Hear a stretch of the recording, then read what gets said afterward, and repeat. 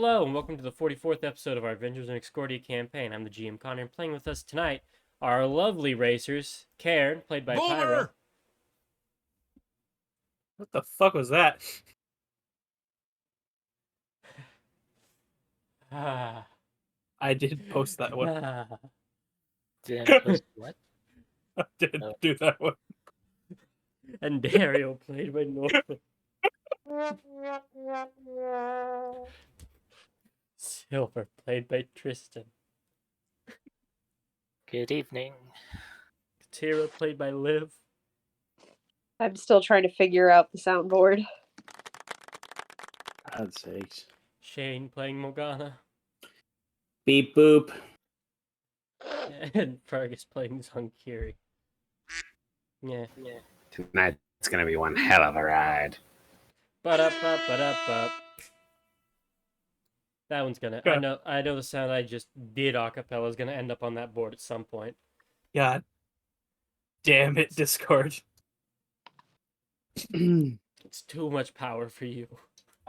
The collective you, me included, us. The royal you. As in, look, we got off on the wrong foot here.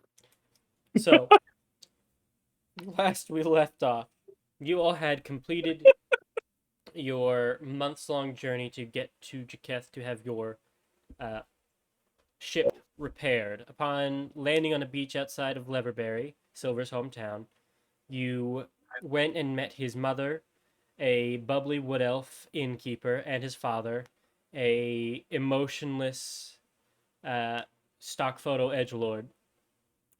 And then after perusing the baby photo collections for a very long amount of time, you eventually made your way up to the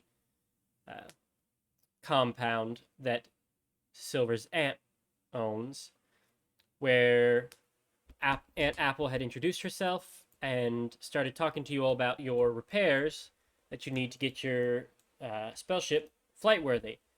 She let you know that most of it she can just order and bill you for, except there's one part in particular that's going to be hard to get because it's exceptionally rare and the ways to make it are a closely held secret. However, she had discovered a way for you all to get a hold of one. A race happening in the Abyss in 4 to 5 days. She even offered to take you there and put you in connection with a junker in the area to let you all use some scraps to throw together your own ride to compete. We are picking up the morning after you all had gone back to the inn and gotten your rooms free of charge.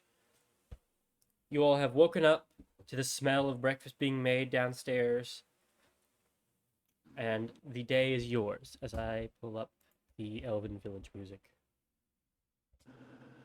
Give me Give 4 seconds. Okay. Done. All right, all 4 of the Infernal War Machine's been added. Cool. Appreciate it. Proud of you. Suck my virtual dick, roll 20.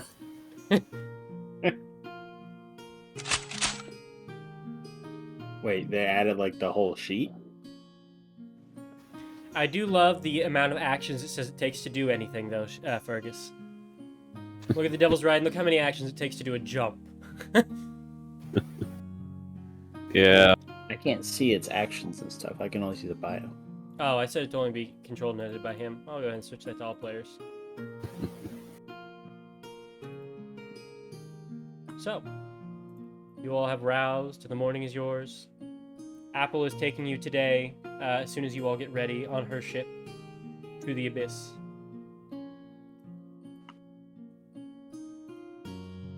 Was there anything you all wanted to do in town, I suppose I should ask?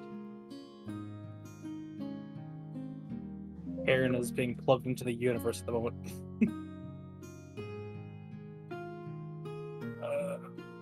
What the fuck? Oh. Nothing that I can think of. Silver, you in particular will be greeted by your mother particularly warmly in the morning. And she will have a little. There's a parcel sat on the bar top when you get down there. A parcel. Let's. It's got a I little guess I'll. silver ribbon around it, and there's a little overscript paper on it. I guess I shall read it. You go over to it, and Fiona quickly goes, "Oh, don't open it.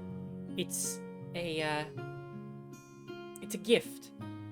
I thrown together some food and things to take with you. There's a couple recipes in there." And she just goes on to, much like any college student who's gone home, this is your Tupperware container of food. That, she knows you're out doing business and you won't be sticking around the inn all day. You haven't told her or anyone here that you're going to hell, or the abyss.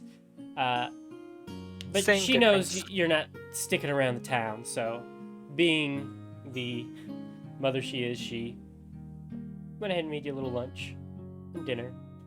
Maybe with a cookie in there, and a drink, and a little note, and et cetera, et cetera. You can see this package is definitely much bigger than like a single lunch. It bears the impression that she started filling it up, and then she found a little bit more, so she got a bigger box, and then bigger and bigger until she eventually tied it up.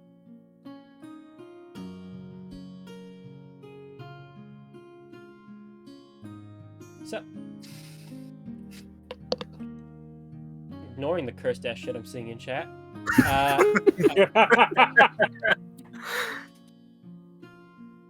you all make your way to Aunt Apple's then?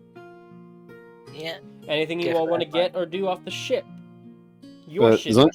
Zonkeri wants to take a look around town to see if there's anything interesting for sale anywhere. There's a general goods store. There's a couple horses that you could rent, and then there's Fiona's Tavern that you all were in. Okay. So not really. It is a small little elven hamlet.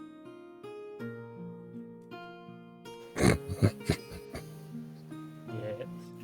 Nothing. What'd I say? Terrified. No. Nothing. Nothing at all. That scares me. I'm leaving the alarm tablet on the ship. The alarm what? The alarm tablet. What is the alarm time? That's what I was going to ask. Oh, it's the tablet I made. As long as one of us is carrying it and we're within 100 miles of the ship, if someone gets on the ship, we're alerted. Oh, fair enough. But the spell ends if the tablet leaves the 100-mile radius around the ship.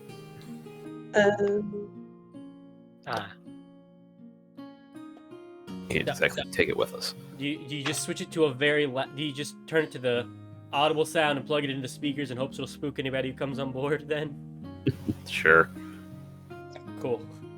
Beep, beep. The ship's locked. Skeletons staying put? No, because if they did, they'd murder the town. They are coming with. Get 1 second. Alright. So, you make your way up through the woods, avoiding the town with the skeletons as they shamble through the dark of the morning, over to Apple's estate. And there you see as I described before, there was like this large warehouse that kind of stood in juxtaposition to the large open field that she has. And you see that the lights are on inside of it now, and Apple seems to be working inside. Do you all approach? Silver, you know this is the hangar for her prized possession.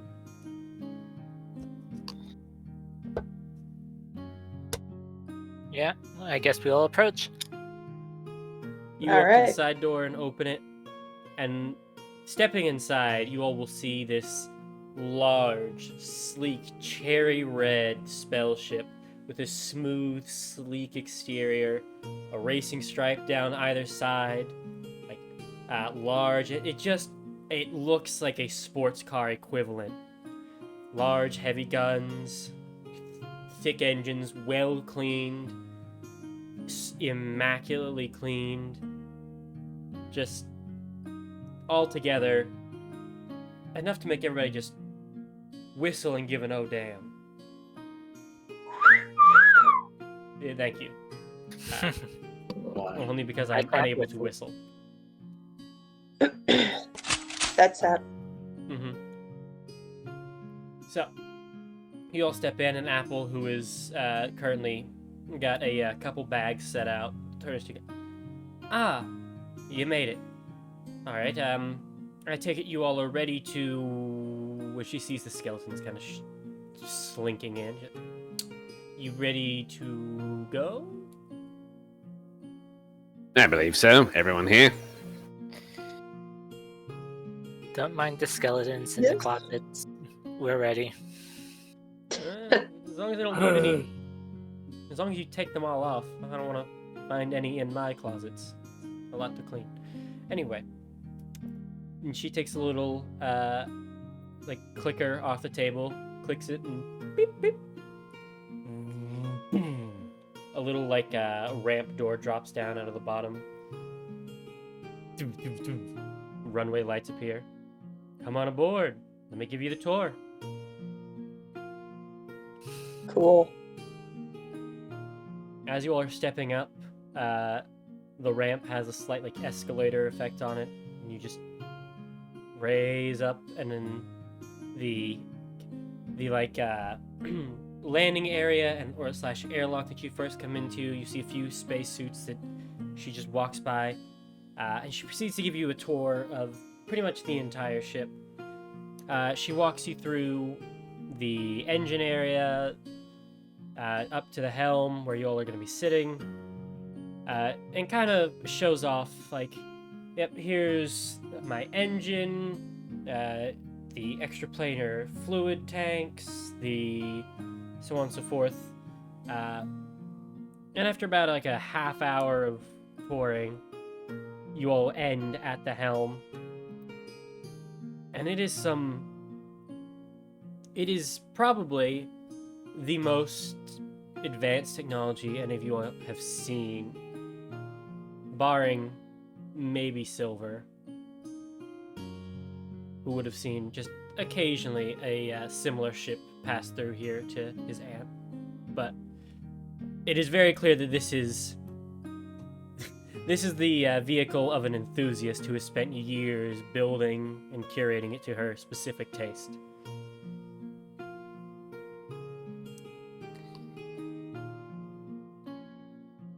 Hey, After you- Silver, I have a question for you. What's up? Your family lives out in the middle of nowhere. Yeah. What exactly do they do that they can afford this? Well, my aunt is pretty much a mechanic. Taught how to, and she is very good with materials.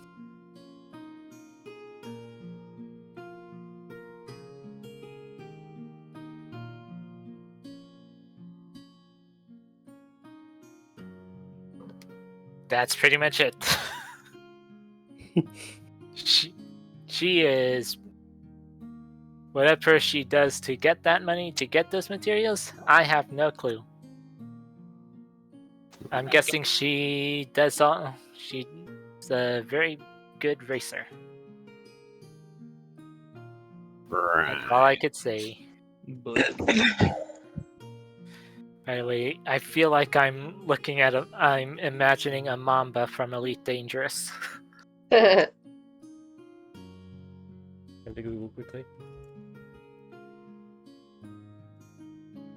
You said a Mamba? Mamba. Amba? Oh, Oh, yeah, I mean, actually, pretty accurate. Like, pretty spot on, actually.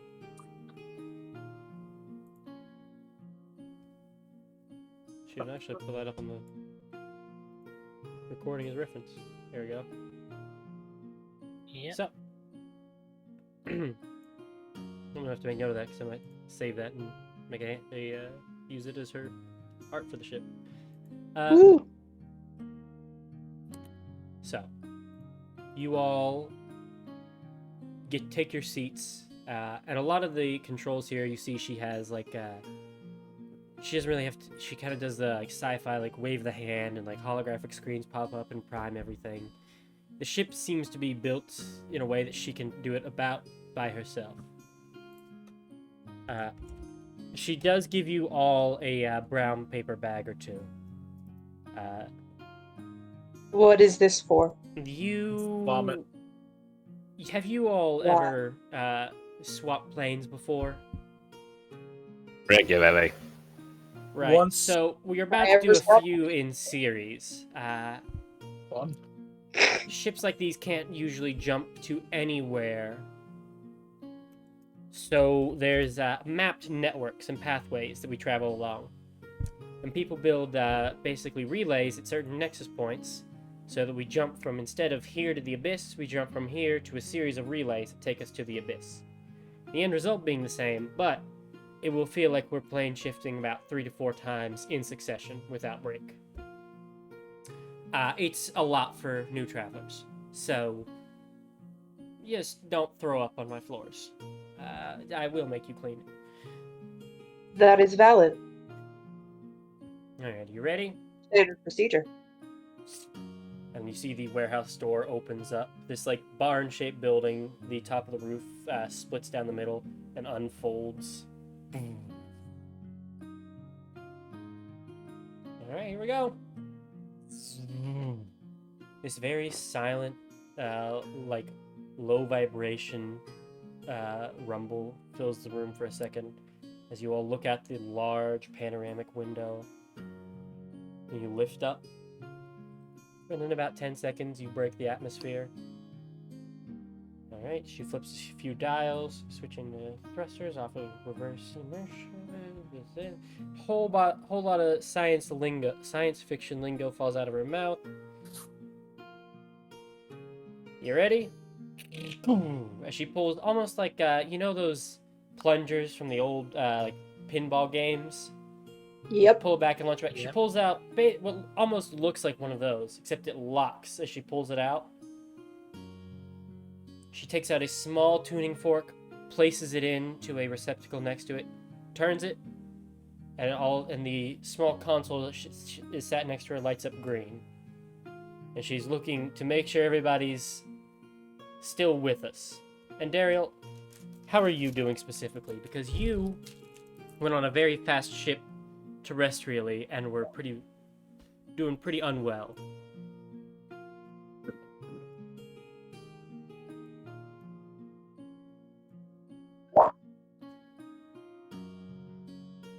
She's doing fine. Yay! She kind of glances back to you and goes, "All right." And as she takes that like pinball plunger device, twists it, and then boom, as she slams it back down immediately, you all feel this stretching and warping of plane shifting as you are pulled through a series of those relays as she describes. And you feel for a moment that you're somehow still touching the soil almost, and simultaneously starting to set your foot in the abyss. You feel ever so strongly stretched. And much like the hyperspace effect in Star Wars, you see this like astral sea pink and purple effect as you launch. And for I think she said it was about an hour to get there. It was either 10 minutes or an hour, I can't recall. Hour. An hour. For about an hour, you all are going through these pseudo-space tunnel. As you come towards the end of one, you see she's watching, and then there is a shift in the pattern that she identifies, alters some things on her console, veers towards it, and then basically crashes into the side of the tube that you all are traveling in to enter into the next one. And that continues until you come upon a shift in the pattern where it goes from this pinkish purplish to where you see this large black and red swirling black hole pattern in the side of your tunnel, at which she veers into it, and you feel that elastic effect as you rematerialize at the end of your warp. And there, as you all are reeling, I was originally going to make Norvin roll a con save for this, but since he's gone and Daryl's just kind of breathing in the bag. Zonkir's just sitting in his chair, dagger out, just picking dirt out from under his fingernails. Yeah. Is that it? Yeah. Like, you all see a large, supermassive black hole first, with swirling around it a series of red mist that gives it this black and red look. And then on part of the ring around this black hole that's being pulled in, you see that there is a large red planet with this thick, foggy atmosphere that seems to remain in orbit around it.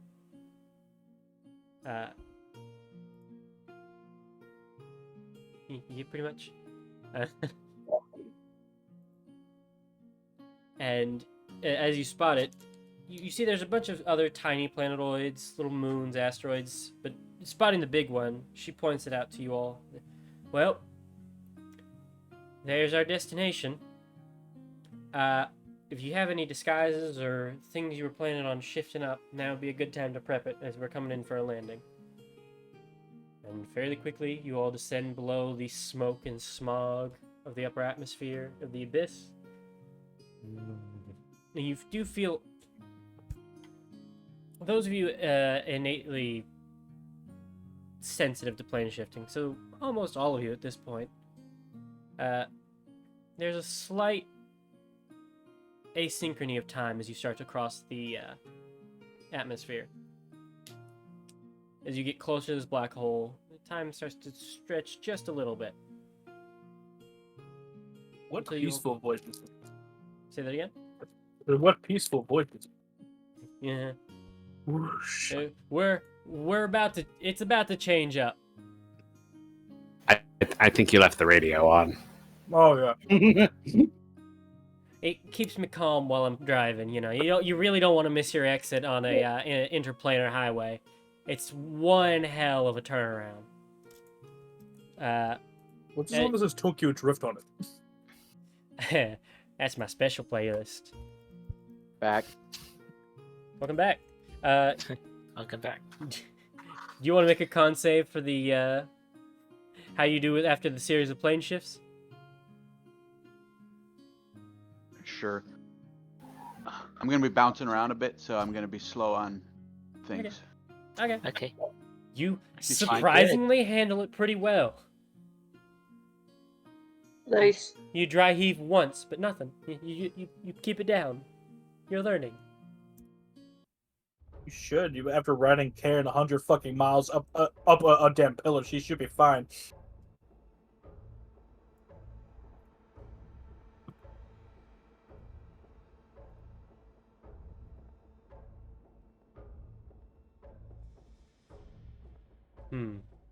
I feel my walk. I see what you've sent me, Fergus. I'm not sure what you want me to do with this.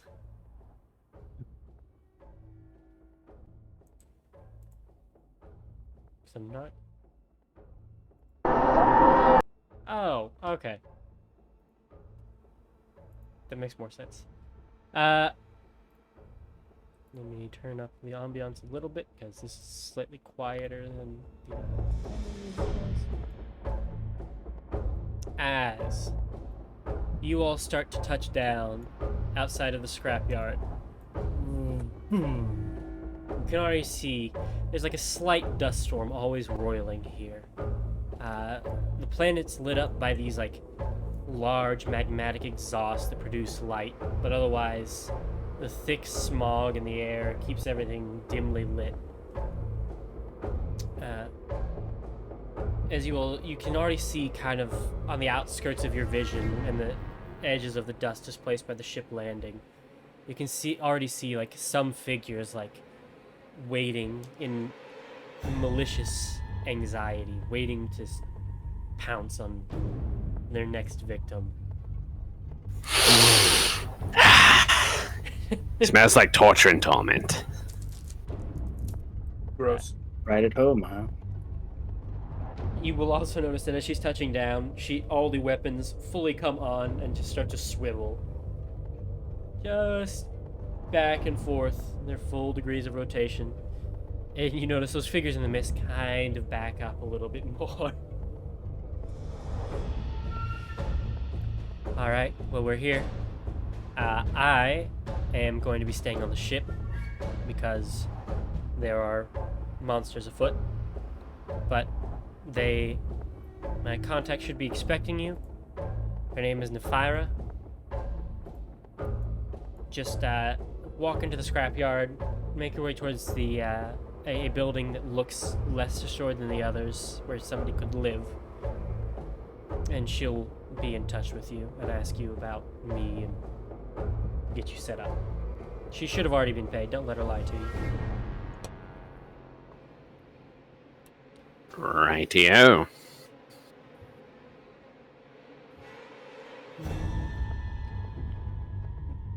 And Fair enough. Glowing red eyes on, moving forward. yep. Dread helm up. As you will step off of her Apple's ship. You touch down, and immediately it's just all of you with a good alignment just feel this nausea, this anathema to your being. Particularly you, Karen, and Silver, feel it the strongest.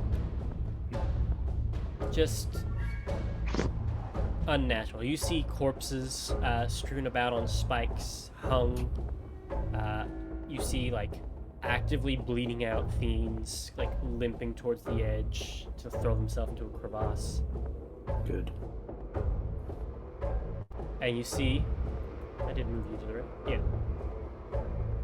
This large pathway leading in towards the scrapyard.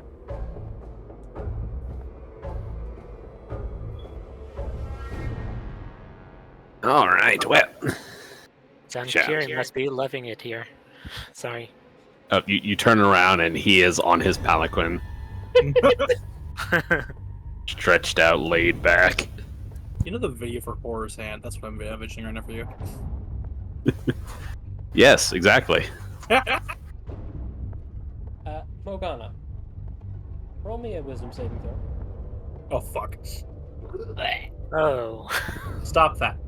Right now. Let me open my poor child's sheet. Is it wisdom save? Uh-oh. Alright. I'm gonna say it in my head so that it doesn't come through. There you go. Okay. Very nice. There is something in the air you can almost taste, and you can't quite place it. Shit. Something you feel off, like a computer near a magnet, almost.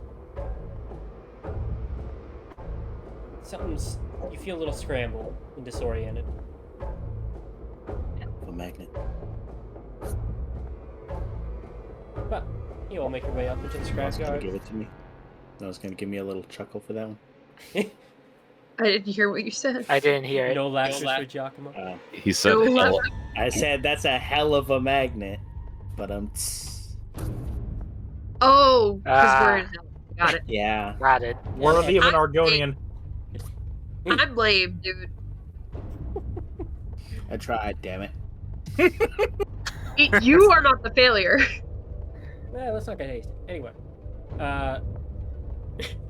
as you all make your way up into the scrapyard, give me a perception or investigation check, helmed by somebody, to try and spot out where you're going to find your contact. A what investigation check? Perception or investigation. Can do! Oak. 27. Karen, you kind of turn up your Ursine senses and just give a few sniffs in the air. Silver. Steaky Stephen. And Angst. you smell something shocking at first. You think you just haven't showered for a second, but you're picking up a distinct orcish scent. Oh, fuck. What I've heard of, fuck, I just forgot what they were called. Tanner? Tanner, thank you. Would I know of Tannerooks at all? I'm not sure I would. I don't think that, now I've forgotten the name of your, vampire Nazis. What are they called? Casturgans. I don't think Castor would want to share that information. Of because it takes super powerful away- Satan orcs? Yeah, I think it would take away from the fear they monger against the orcs. Yeah. Valid. Huh.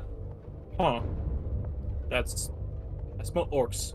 As you are also looking around, you see like this scrapyard has a lot of like metal bits. So you see like some race things, but you also are noticing like these buildings. There's a motif to the structure that remains. You look over at Can, like brush your hand over one of them, and you see on one of these bars religious iconography. Well, that'd be a That's religion not check. at all ominous. To identify this. Sure, give me a religion check. Thank you, religion beginning check. Hi-ya! 16, okay. As you're looking around and looking at others, you see these are fallen temples. These seem to be, as you look around, places that once were likely temples on the material plane or on other planets, devoted to all sorts of different deities, and one by one, the rejection of their faith left these places to fall to ruin, and then have been collected here. That one there sounds like my name. Corn. Must be an agricultural college. You do sense this orc presence moving closer, and you kind of move into the main pathway to avoid seeming like you're hiding. As you see this towering, spine-covered demon crests over the hill and How looks big down is at this you. man? How big is This this man? woman is about... Woman.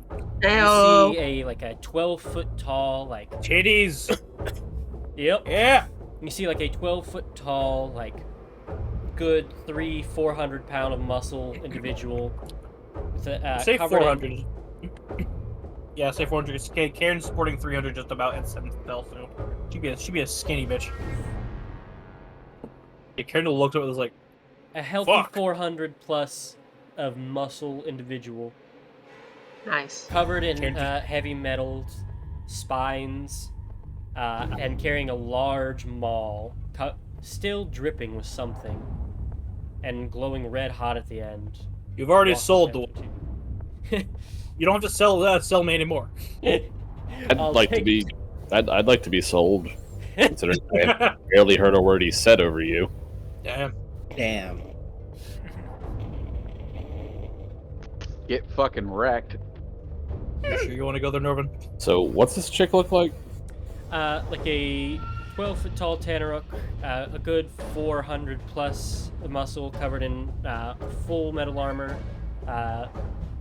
Adding to her normal spines of being a Tanaruk, you see there's also like rusted, warped metal spikes on the armor, and carrying a large maul that is dripping with some sort of fluid and still glows like a red-hot iron towards the tip, and is walking down to you about 45 feet away.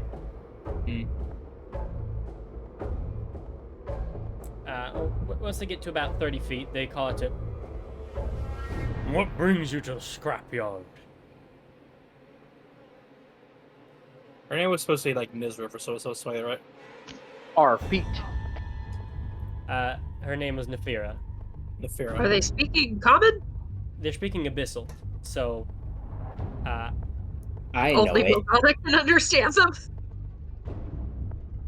Yeah, I know Abyssal. Alright, well, everyone else flexes their language. I'll use something I've used a while, Orcish. I'm only infernal person here. I'll yell. Okay. I'll Okay. be quiet. Go Go ahead. ahead. No. This is his art. He can do that. I can't He speak said he to knows infernal. Ain't that a Like- bitch? God. You said Nefira? Yeah. Yeah. Okay. I'll look at her like, damn, it's a woman. Do you try to flirt in Orcish before I pull us back on the plot? No. By all means. I respect this side tangent though. No side tangents. So she's standing looking at the party. Who says something? I'm the only one who knows Abyssal. I will say something. We are looking for Nefira. You have found her. That means you are the owner of the Scrapyard. And guard. As she lifts up the maul with one hand, pointing it towards you, and it glows a little bit brighter, about down to the handle where she's holding it. Do you mind telling me why you've come here?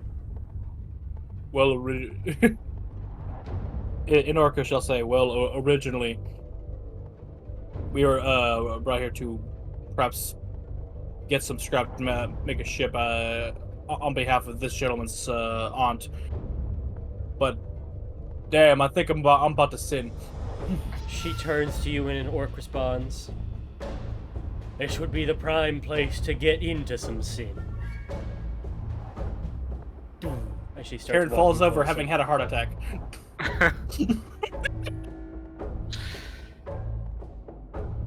She walks up to be within close speaking range with you all, and the mall remains lit up. Give me anybody who's anybody curious can give me a religion or arcana check for something that you might notice about her. Okay, and Dario, her maul is not infernal iron or abyssal iron. You notice the same things on Kiri. It actually looks like it has trace amounts of consecrated metal in it, and it glows red hot because it's in hell and hates it. And it looks like it's a prime weapon to bash the hell out of demons who trespass, because they'll get smoked. You'll also know that there's an extremely thick leather band, and she has a thick metal gauntlet that she holds the gloves with. Or the thick gloves that she holds the gauntlet with. Holy shit, does she have a Holy Avenger mace? A bootleg one. Woman. Listen, you don't keep property in the Abyss by being a pushover. You get it by being a go-getter. Yeah. Game respects game. It also adds to why you all, as you all notice it kind of adds to why there's a lot of this religious stuff here. You get the feeling she probably bought some of these, like, abandoned temples to mill out just a little bit of consecrated metal to build some things. So, you said you were here to get some scrap metal on the behalf of somebody's aunt? In Abyssal. No longer. Not paying attention to the horny orc who's trying to get in her pants at the moment. She wearing pants? Metal plated ones, yeah. She seems to be in like full battle gear at the moment.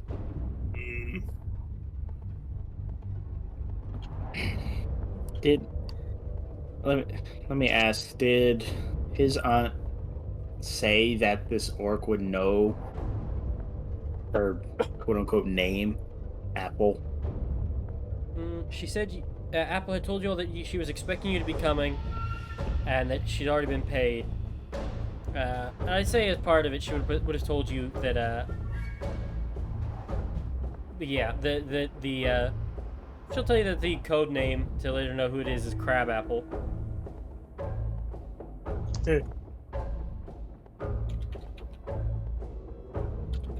Apple and Abyssal. Yeah. I just feel like it'd be really funny. We're That here would on be one of behalf those things of... where there's not an equivalent word, so you're just speaking the language and suddenly you just hear in common apple. Oh man. We're here on behalf of Crab Apple. She looks you all up and down. Ah, Crab apple. That's what she said. she looks you all over. Valid code name. Very well. Follow me in. And she strikes the maul against a piece of metal. You hear this loud, like, reverberating sound echo through the scrapyard, and you hear, like, the scurrying of a lot of tiny entities, like rats, almost, just burrowing deeper Little chickens. away. Yeah. No, that. Chicken. No. Alright, they should hear us coming now. Come on. And as she leads you up over the hill, there's a lot more of this like sprawled religious scrap, and then you see a sort of main, mostly intact cathedral with a busted stained glass window, but still large, heavy wooden doors somehow. As she leads you into it, Karen, you immediately feel your stomach flip as you enter into this desecrated ground. Zunkir, you feel a little lighter going into this Good. like, God-blasphemed area.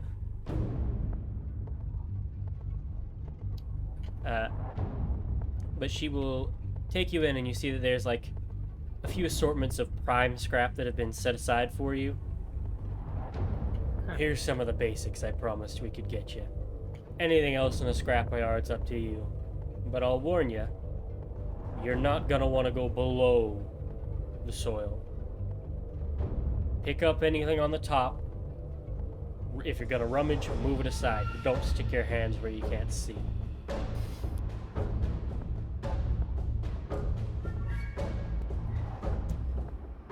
And Daryl, are you in? Do you speak Infernal or Abyssal from your tieflingness? I am the only abyssal. That's right. Okay. Yeah. So you would actually feel a little uneasy being here.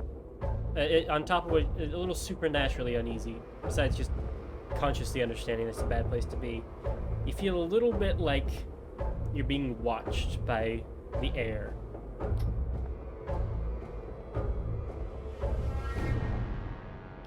And you all will then be given, like, oh, go ahead.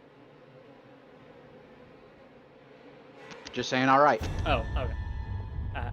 You all will then have like a pallet of some decent scrap of some vehicles pushed your way and given some free range over the scrapyard to go and pilfer what you want. And the warning that be careful where you stick your hands.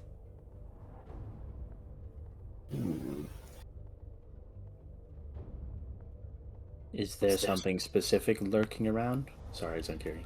Many. I have plenty of guard dogs. A few of them are actually dogs.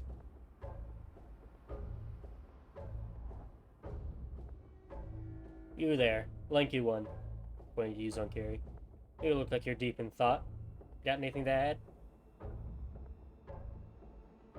Is he speaking in common or still in abyssal? She's switched to common as you all have gotten in here.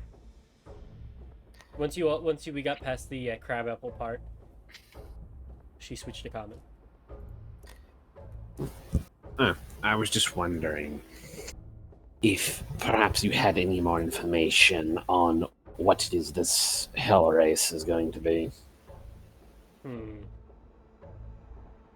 I have some information. Nothing comes free, though.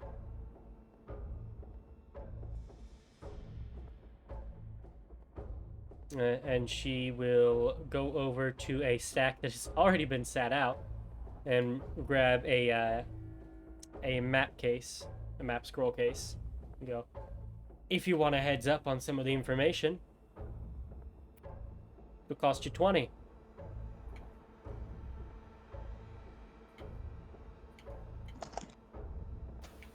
$5. Give me a persuasion check. Or, well, how? There's an angle where this could try to be intimidation, but I'd want to hear you explain how you're trying to work her down. Not really. He's just being recalcitrant. He has no idea what she's even asking for. She just asked. She asked for 20 units of something, and his instinct was to just completely lowball that. Give me the persuasion check then, or deception. She could be asking for soul coins. We don't know.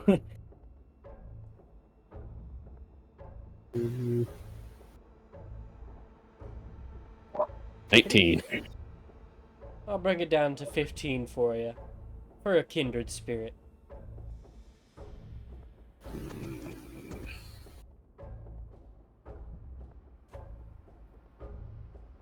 What do you all think? Mm. 15 of what? 15 coins, 15 of our currency. What What exactly else? is your currency? What do you? You're Because doing I these can parts. give you 15 copper. I don't want any of your useless mortal money. As she'll reach That's up what her I figured. sleeve and pull out a small coin with a face on it that looks like it's screaming in anguish. As she flips it in the air and catches it, you hear this slight whistle in the air of just a shriek. She catches it. That. And Soul what is the coins. check? Okay. What's the check to know what those are? Religion or Arcana. Religion with a lower DC, or natural 20 on Ooh. Arcana. Hey! Or or natural 20 on religion. Religion. you all have both heard the not Cairn, which tracks by the vampire Caster. fascist upbringing. But the other three of you all, I go.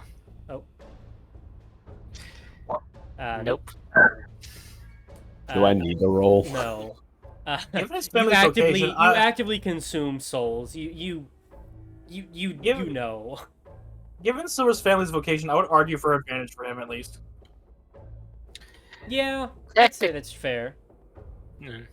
Yeah, I'd say you'd heard of him then, Silver. So everybody but Cairn would know. These are the trapped souls of mortals who either fell to hell or were captured on the mortal plane and sold here, but inside of it specifically, the meat of it, so there's a mortal soul turned into coins, and they are traded here in the abyss. And Daryl's gonna deadpan look at Zankiri, I look also at her, and go, "Yeah, those are called snack packs to us." What? snack packs to him. I have Necessarily. definitely never called them that. It's a joke. I prefer the term crackers. The coin rolls its eyes.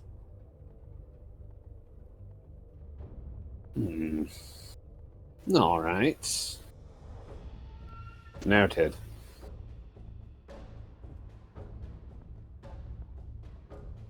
All right then. Let's get to looking around, why don't we? If you change your mind, it'll still be here. Wasn't she already apparently paid for all this nonsense? She was Yeah. paid for the scavenging part. Not the information. Yeah, now she's trying to Shit. microtransaction you. Oh yeah, Microsoft. Apple and her and she's Microsoft. Got it. A sport. Fucking lame. It's not in the game. You got to pay extra for that. Ah! Wow. That was A+. As you all leave, you DLC will for see horse armor. that there is a forge in the back of this cathedral. It seemed to have been part of the building's design, actually, but it has been used here by her, and she takes her maul and starts to... there's still a piece of iron, of some sort of metal, I should say, on an anvil that she goes back to forging with as you all go out to scavenge.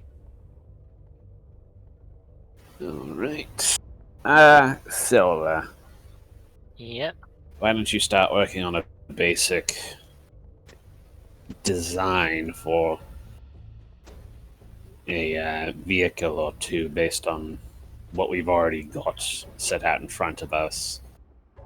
See what else we can find around that might be useful. And everyone keep an eye out for any demons that might be wandering around. We should be able to mug them for those soul coins. Should there be demons everywhere here? Yes. Look for the rich ones. Ah, How do you tell if they're rich? Generally, they'll have a bunch of slaves with them. Looks Or they at feel like looks they're at better than Zankari everyone. with all of his skeletons. So kind of like you. But not slaves. You don't have slaves, you have skelly boys. Basically, yes. Alright, well, I feel thoroughly uncomfortable here, so I'm just going to hang out with Morgana. Morgana. Yeah. But if you guys need me, let me know. I'll help. I mean, to be perfectly honest, I don't think it's a good idea to be splitting up. Yay. Morgana. Yeah. You have a pop up in your system. Uh-oh. What is it?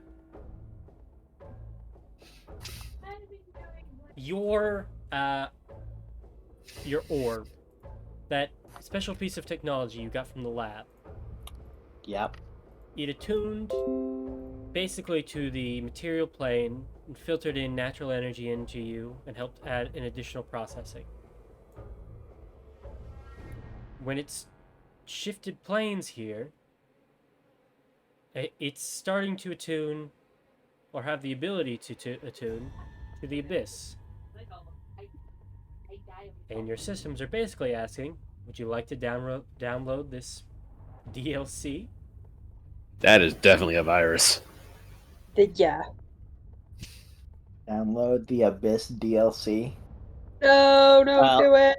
None of you guys would have read Morgana's backstory, but that's how she got the language.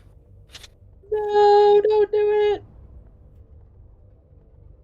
Don't Uh, download sketchy porn. There are not hot singles in your area wanting to chat. You wouldn't Looks download down at Doom. Andario. Yeah, single. She was. But the porn advertises the hot singles. Well, there are a lot of hot singles in hell, Liv. Just to You be sure don't want to chat. just to be clear, Connor, is hell and the abyss the same place in your world? No, I just keep saying them interchangeably because I'm dumb. Okay. And I know the soul coins are generally used in hell, but they don't really have a place for that in the hells in my setting, so I moved them to the abyss. Well. Is there a way for me to check for this I just heard thing something. Be right back. having issues before I download it? Yeah, it would take a very Does she long... have a virus scanner? That's what I was going to say. It would take a very intensive virus scan.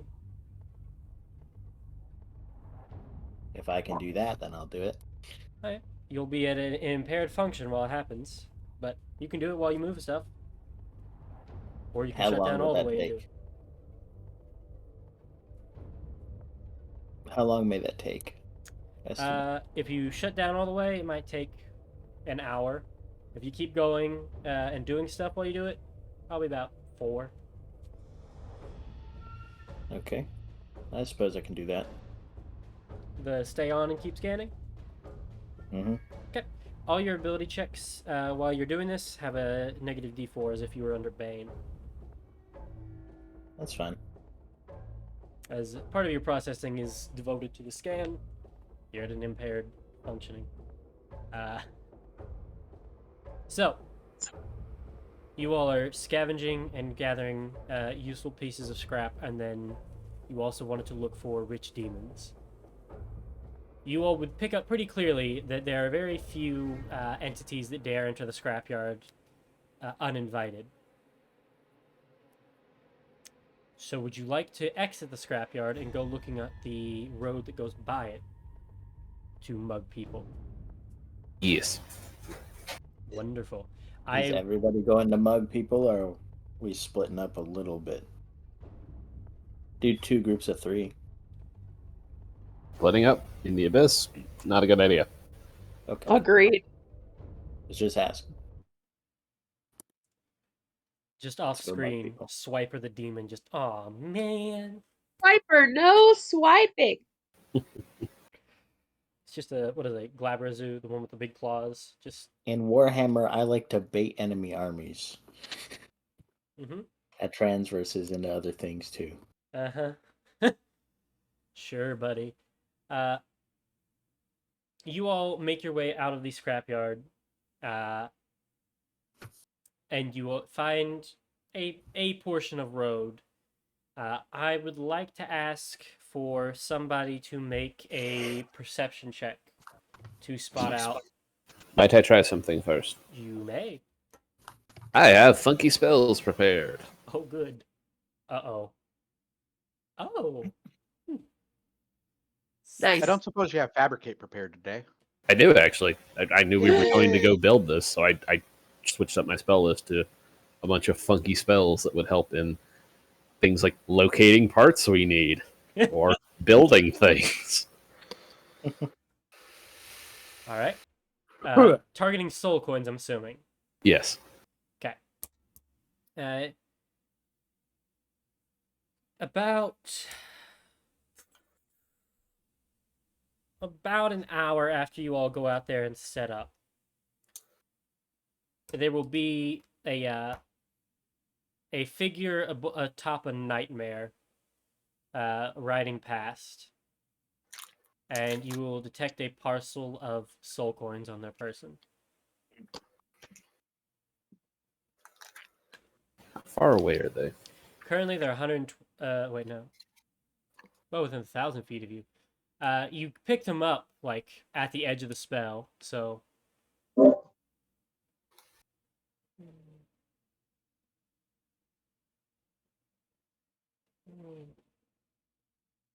Or unless I'm. If the object familiar to you, sense the direction of the. Oh wait, no. The spell can locate a specific object. So it's 1,000 feet that you could detect a soul coin, right? Yeah. Okay, 1,000 feet out, you would see them ping into it. Okay. How close does their trajectory look to coming toward us? If you all are hiding just off the road, pretty close. They seem to be riding up this road. Depends on where you all want it to be staged. And Dario looks at Morgana. Are we the bandits? This time, yes. Oh, Silver, they're about to do a mugging.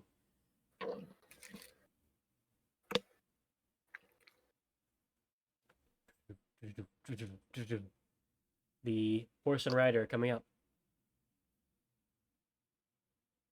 It's 1,000 feet, so you've got a few rounds, but I'm not with them, right?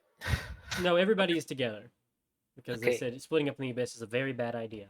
Zunkrio will start casting a spell and kind of just walk out into the middle of the street in the guy's path. While still casting this spell. Yep. Minor illusion, a tumbleweed. Actually, hold on. Should I do this? Yeah, you know what? That would be fun. I'm going to be doing it subtly, so it just looks like I'm standing out there in the middle of nowhere. All right. What spell are you casting? Magic Circle. Oh. Casting time of a minute? Yep. Phenomenal. As he's bowling up to you, you hear him call out, "Move out of the way!" And like the horse lowers its head and like is prepared to like try and bowl through you. Kiri just standing there picking his teeth. He has not said what he's doing, by the way. You guys just saw him walk out in the middle of the road to meet the rider. This rider like draws out a saber. And like holds it back like they're going to try and swing with it. So, Kiri, do you need assistance? Does that Kiri tell what kind of demon this is? It seems to be one. It has a tabard that looks like it has some sort of a master, but it's the name of which I can't remember. The headless horseman one. Dullahan? Dillahan. That's the one.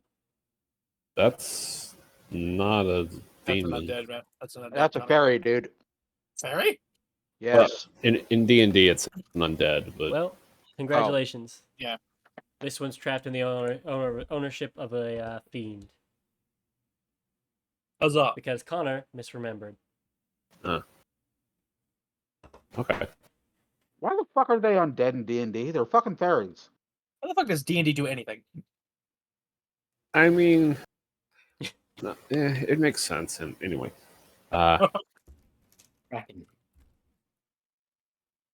Zunkiri just looks over at everybody and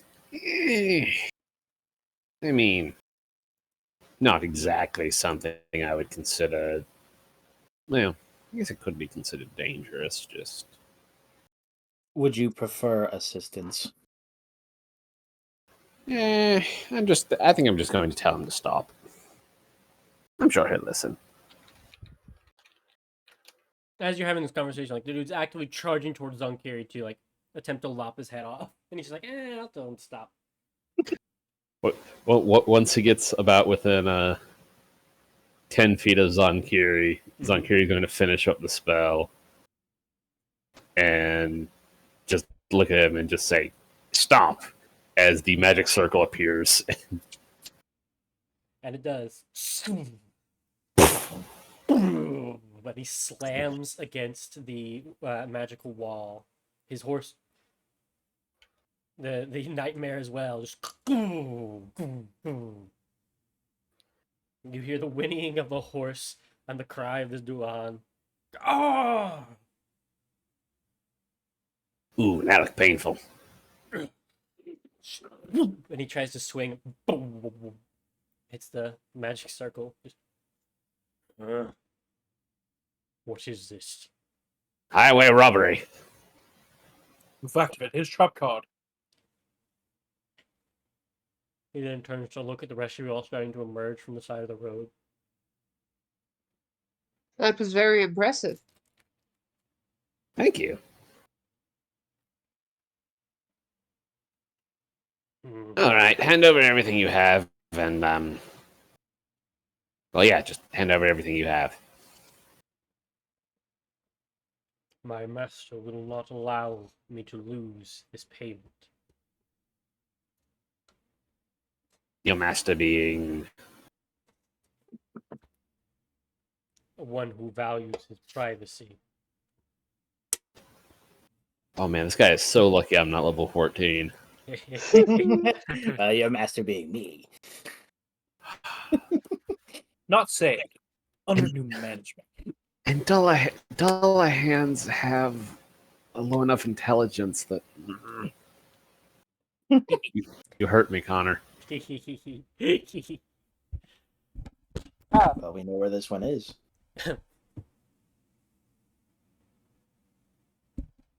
Right. Allow me to rephrase. And Zonkiri just he'll throw out a mind sliver.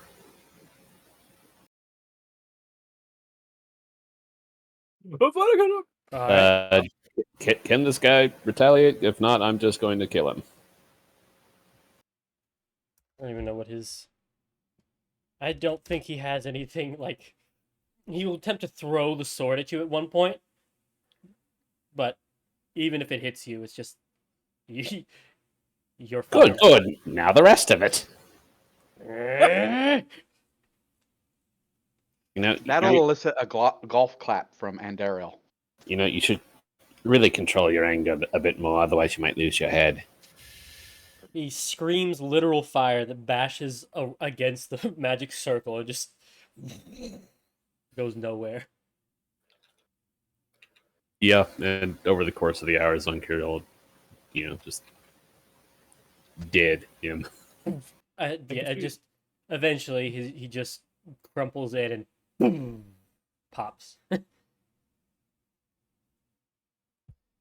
As Zonkiri basically does the equivalent of taking a like sewing needle and slowly pressing it into this guy's brain until he dies. Just a little bit of psychic damage over and over and over again forever. You know, Lord. people really should just give me things when I tell them to. The nightmare is also still in there and is. But the parcel is. Hold On on. the yes. You said the nightmare was still in there, right? Yeah. Looking around, like, okay, the Dullahan's dead, yes? Yes. Is the infernal tack there? No, who? What now? The thing The you riding gear. yeah, the thing you used Oh. to ride a nightmare. Yeah, it's still on it.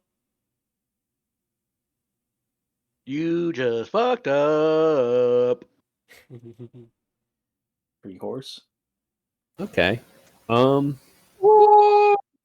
Zonkiri is going to look at everyone. All right. I'm going to need your help for this part. Oh, we actually get to do something. Okay. What do you want? We're going to knock that horse out. Oh my god. Only to unconsciousness? Yes. Knock it out. On it. I'm gonna punch the shit out of this horse. I imagine she stays on it as she dives in with a punch. Just Now, this horse, I don't think it's stupid. Aren't nightmares like somewhat intelligent? Do Yeah, they have does like it an know? 11 Yeah. or something. Okay. It knows that we're just gonna beat this shit. Hold on. Correct me if I'm wrong, Connor, if this is different in your world. But do you guys know how nightmares are created? it's the same. No. So what you do is you take a Pegasus. Yep. You rip its wings Yeah. off in the most heinous, torturous ritual you can imagine that inflicts this unending agony on the creature, and that turns it into a nightmare. I mean, I would too, yeah. It's basically a Pegasus. I just as a side, as we're talking, I look at it. You should probably yield to him. We're just going to start kicking the shit out of you. Apparently, please don't. When he says that, Katira like pauses with her quarterstaff a centimeter from its head. I just think it's like Karen, Patrick. it And there comes actually- a giant fist. Karen, you see in its face, it looks like it understands you, and it like huffs. Listen, we're in hell for a very, very weird reason. Just accept that you had the misfortune of coming across our particular path. Animal head. All right, They have to. natural 20. It stands up on its hind two legs, stomps once, and stands back down, and just Karen just Karen submits. Karen just has an apple. Come on. I'm on. You reach through and it just starts eating the apple. Yeah. I look at the rest of them. Really? I just look at I'm a Katira. little Just, sad that I didn't she's get just the flat. bongo and She's just flash frozen, like holding the stick. I'm Midair. like holding it. I'm like, wait. Just monk powers midair, ready to strike. Just wait. No, relaxes and Karen just drops. looks disappointed. Release. All right, so what are we doing, Zankiri? Zonkiri walks over, he walks through the circle, and climbs up on the nightmare. I'll pat the nightmare on the face. There we go. It gives an angsty sigh as Zonkiri climbs on.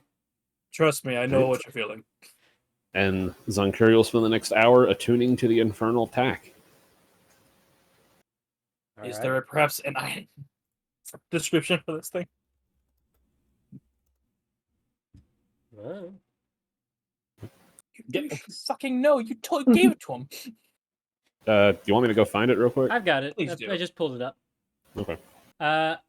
A Nazagon demon binds a nightmare, describing the monster to its terminal to its service with an infernal attack, which consists of a bridle, bit, rein, saddle, stirrups, and spurs. A nightmare equipped with the infernal attack must serve whoever wears the spurs until the wearer dies or the attack is removed. You can use an action to call the nightmare equipped with infernal attack by clashing the spurs together or scraping them through blood. The nightmare appears at the start of your next turn within 20 feet of you. It acts as your ally and takes its turn on your initiative count. It remains for 1 day until you or it dies, or until you miss it as an action. If the nightmare dies, it reforms in the 9 hells within 24 hours, after which you can summon it again. The attack doesn't conjure a nightmare from thin air. One must first be subdued so the attack can be placed on it. No nightmare accepts this forced servitude willingly, but some eventually form strong loyalties to their masters and become partners in evil. So all I got out of Wondrous that. item, legendary. So all I got out of that was that Zenkiri is now wearing spurs. Yeah. Yes. And it requires attunement by an evil creature. If anybody had aspirations of getting it themselves. No, I can't empathize with him, but he's not riding that thing. He has Pikachu. Like you're just kind of like giddily bouncing up and down on his new horse. Yeah, you all will notice as soon as he attunes, you see an infernal fire washes up Zonkiri, and there's a faint shimmer of magic that covers him once he's atop it. He's now wearing a cowboy hat too. And the Yeah. cowboy needs a Is hat. this the equivalent of every horse girl getting to see a pony for the first time? Yes. Fuck yeah. He didn't even have to make this one.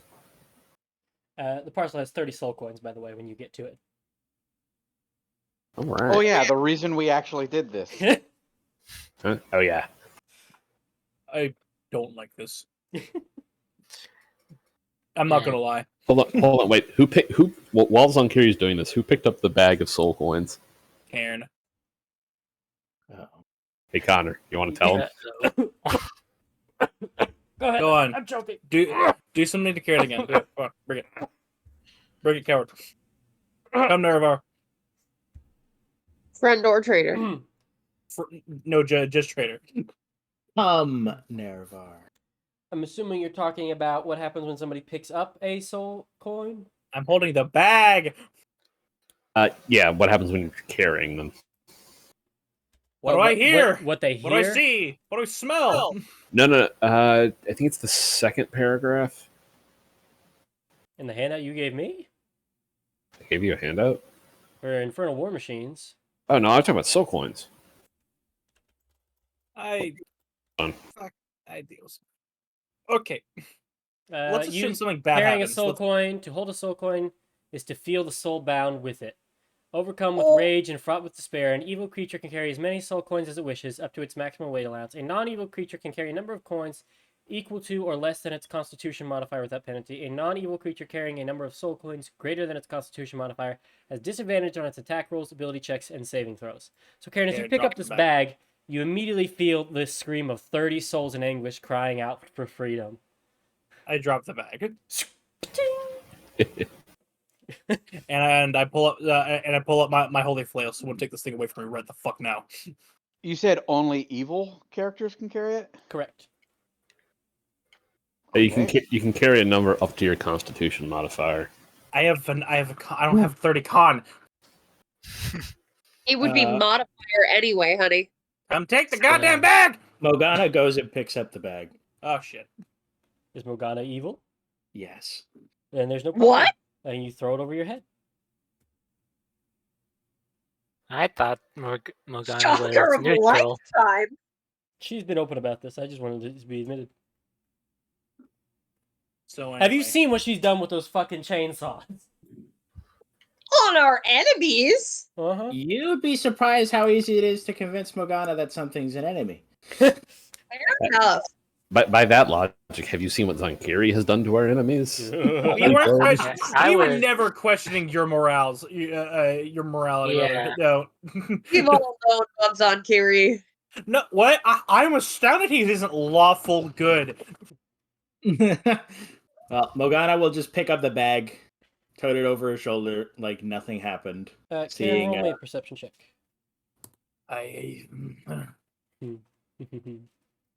18. Katira, you too. Ooh. Love a perception. Doo-doo-doo. Oh. Nope. Carry on. Okay. Love that. Anyway, bit over we go. No, nothing for you. I'll laugh. Nope. We head back to the scrapyard. All right. You walk back into the central cathedral with Nefira, who is turns back to you. She almost sniffs in the air and goes, I have a feeling you've come to bring me a treat. Sure. She's mine and you can't have her. It's like he just like leans down on the horse's neck. Zuncury is a horse girl, confirmed. Save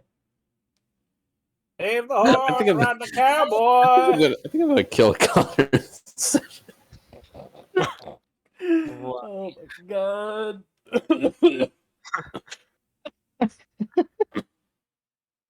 So, Indeed. yeah, oh my god.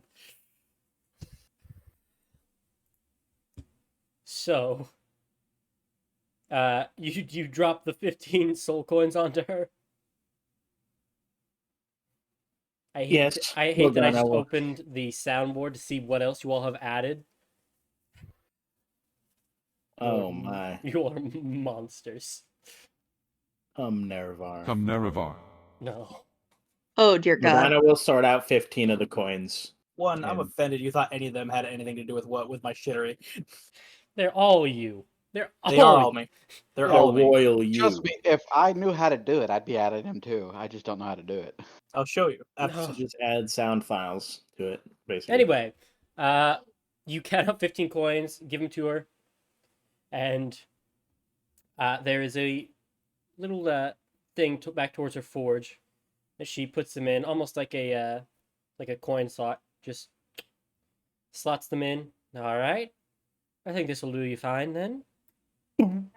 She opens the map scroll and pours down to you the map of the Hell Race, with a few notes on each section. Would you all like to see the map for the Hell Race? Yeah.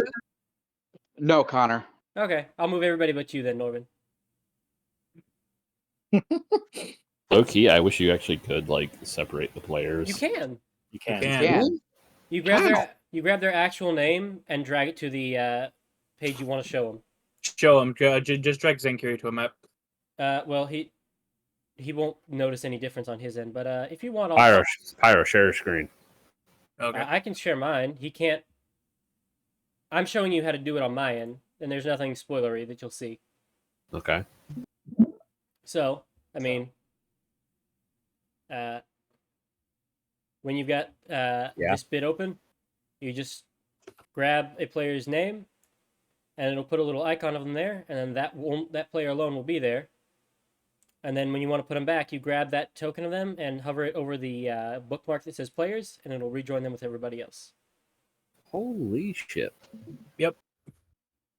See, guys, even I can learn something. It's a monumental day. But here it is. Tom and Jerry sound effects. No, please. Oh, that's cool. Thank you. Liv's my new favorite for saying that's cool for the map I worked hard on. It's cool. I 100% Yes. thought that said dense fog. I as I was typing, I was like, they're gonna think this says dense fog. I mean, is it not dense fog? Liv, read it. Simply Red because... fog. No, I know, but is the dredge fog not dense? It is what I'm saying. extremely. Exactly. Yeah. So, Turn off the high beams. Okay. So, part of this map is that she has notes there that explain each one. Starting down at the initial segment, this is where all the spectators are, and everybody lines up for this long straightaway. In years past, I'm gonna get my measuring tool. Everything up through, I also said fuck the mileage. Everything up through here, usually people like to lay traps. Anything from the start on, it's worthless, because like, why would you want to blow up the people who are going to die in the first obstacle? But that last stretch, people have been known to throw in traps and bombs and such as a last hurrah. But you start here. The race requires you to grab all 6 of the flags. Checkpoint. Yeah, there is flayed skin that has been tanned with different symbols on it. There's one at the start, one at the rage pits, in the bone dust desert, in the middle of the dredge fog, the stew pot, and then right before the end. So, I'm sorry, that was how many miles? like I said, fuck the mileage. Okay. I just started. I think I put in like 2 million per square or something. No, but definitely much more. I'm an idiot. I should be looking for fucking wacky racist sound effects. I'm an idiot.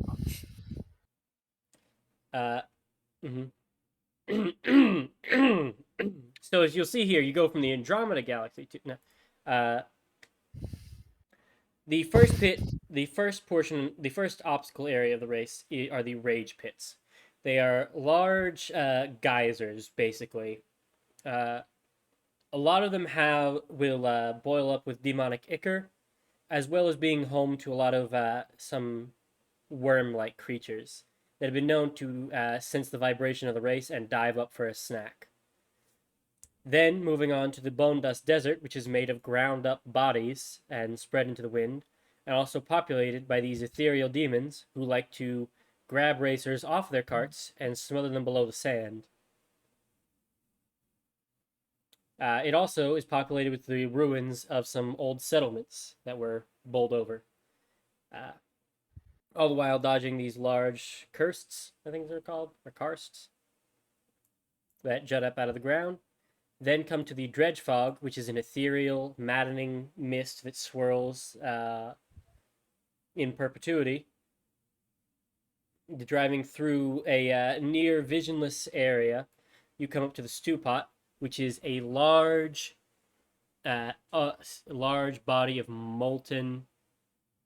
You'd think it would be rock, but there's such a large mix of infernal essence in there that it's slightly alive, and it hates you specifically and everything else. After you grab your flag from in front of the largest volcano in the stew pot, you have a choice. You can go towards the Wrathwood portion or the Wraithwood portion. And then after you come out of those, there's a final checkpoint, and then cross the start line to finish. I take the Wraithwood is more dangerous, granted that it's on the shorter path. The Wraithwood is all undead, lichy, soul problems. The Wrathwood is full of a lot of blood demons and wrath things that want to grab you and brutalize you. So, a lot of the demons in the race don't want to go to the Wraithwood because their souls aren't really strong enough to avoid being got by whatever possesses this area. There's a little addendum that they don't really know where the Wraithwood came from. It all used to be the Wrathwood, and then there was this blight that started a while back, and it's just been slowly overtaking the Wrathwood, and so they just figured they'd incorporate it in the race. You know something's unusual when the demons call something a blight. Yeah. It's Corpus. And that's about all the little pamphlet that she hands you covers, and gives you the actual map of the place. I will not be going through the Wraithwood. That's for fucking sure. Why not? Because I can't resist possession to give a damn. Points at Karen. Oh, yeah, that's true. How many laps we gotta do? A single one. This takes like hours to get through. Oh, okay. Maybe that's not that bad then. The only rule is that you have to get all 6 flags and cross the finish line. Everything else Six is... Flags? Yes. Yes. 1, 2, 3, 4, 5, 6. The amusement park has nothing to do with them. Okay, thank you. You're welcome. It is your choice how you get there. But there's one at the start so that people can't just start in the rage pits. Or they could, but then they'd have to come and get the initial race one. Didn't you start in the rage pits and then when you finish the race, you go over there and grab They that other put flag? these away after the race starts. Ah, I see. So, it would be worth noting that in the desert, you would want some sort of wheelage that could go through sand. Otherwise, you might take a speed hit. Through the rage pits, you're probably going to have to be making checks to avoid potholes. The dredge fog, you're going to have low visibility and going to need to be able to react quickly. The stew pot, you will be driving over molten material, and you're going to have to go fast. And then the Wraithwood and Wrathwood have their own quirks that I'm going to leave a little bit more mysterious. And then you got to survive that last stretch to be able to beat out anybody who remains. So what you're telling me is the dredge fog isn't going to be much of a problem for Andariel. It is not darkness. I have ghostly gaze. Oh! Less than a minute. Hey, I can still use it. Yeah. That is 1 minute more than any Ghostly of the rest gaze, of you and I have. have devil sight. So. Actually, hold on. Varshi might come in a lot of handy there. Oh shit! She has blind sight, doesn't she? Out to 60 feet. Woo! Strap her on the front like the fucking... Use a hood ornament. Hold on, Varshi in a little biker helmet with goggles. Don't forget the goggles. Yeah. For the bat, because they're famous for using their eyes. Hey, we still don't want them to get dried out. I know. All right, so we... Okay, so anybody else's familiar have blind sight? I forget what you all picked. Nope. No, I got a crow. No, I I have have a chameleon. Alright. Let me take a look. Let me see what No Misha has. weasel. Alright. Norvin saying he has a crow reminded me of a very funny... No, not blind sight. It's not... Well, I don't want to give ideas. I'll say it after the session. There I don't Mishka. believe anyone has. Yeah. How old Only are you. Varshi. Is she? Nope. No. Yeah, in her cup. Mishka has the stats of a cat somehow. Cats don't even get fucking Blind night vision? dark side, Nope. dark vision. That's Fuck retarded. them, apparently. Hey, how old are you? I'm 97. Oh, fuck, I'm not. Okay, so Varshi will help us through the dredge fog. What do you guys think about the rage pits? The rage pit's just dealing with the worms, right? The And creatures. there are demonic ichor geysers that will shoot up, and a lot of racers have been known to kill some of their time later so that they can get some of the stuff to use as a boost in their engine.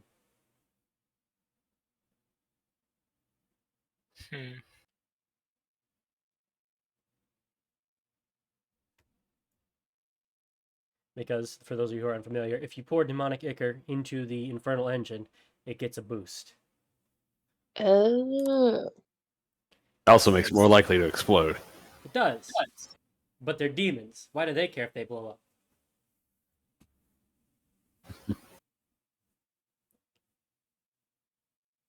Well, do we have anything to collect the ichor? That would make it worth trying. You have infernal iron scrap around you, currently, if you wanted to make a bucket.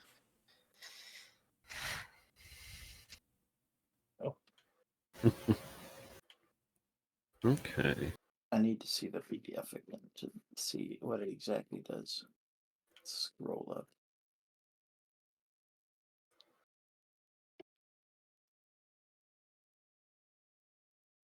I just downloaded. I'm done. Speed is increased. Did music stop for anybody else? It did. I was just noticing, Yeah. I was like, man, it's quiet in here. I forgot to loop it. Ooh, Loop. 30 feet for 1 minute.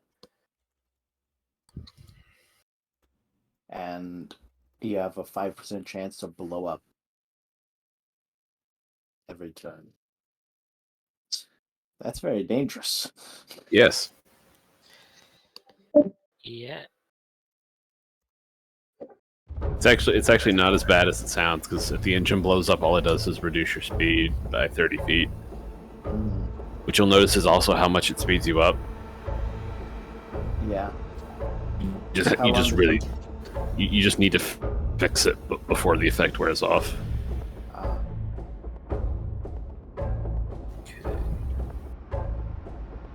So I'm thinking, Andariel, you have. I know you have Intellect Fortress, right? Correct. How many people can you cover with that? 4? One. One? Pretty sure. Like Fortress.